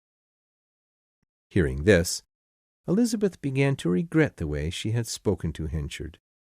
She then convinced her husband to help her find the old man so that they might once again become friends. After days of searching the countryside, Elizabeth and Farfrae came across the worker, Whittle, on a quiet roadway. "Ah, Mr. and Mrs. Farfrae. He treated my mother well when she was alive. He didn't like me much, but he was good to my mother." "Who do you mean?" asked Farfrae. "Mr. Henchard. He's just left us," answered Whittle. "Do you mean he's dead?" asked Elizabeth, with tears coming to her eyes. "Oh, I'm afraid so, ma'am. I followed him for days, trying to help him. He wouldn't eat anything. Eventually, he became ill and then died. But he gave me this paper a few days before. I can't read, though." Elizabeth took the paper from him. It read, "I, Michael Henchard, wish to be completely forgotten by everyone in this world. Please bury me in an unmarked place in the countryside, and then speak to no one about me ever again. Michael Henchard." Elizabeth did as the letter asked, and had Henchard buried near the roadside. And so ended that chapter of her life. She could now go on living in the world, much happier than before. Her father moved to a nearby town that looked out upon the sea. He often came to Casterbridge to visit his daughter and Farfrae. Donald, meanwhile, continued with his business and appeared to be a happier man than ever before. Elizabeth appreciated her new position in life, and she found it odd that, having been so poor and uneducated for so long, she should now live so differently. It changed her view of the world and of life. No longer did she believe that happiness was a just momentary rest from a world of complete sadness.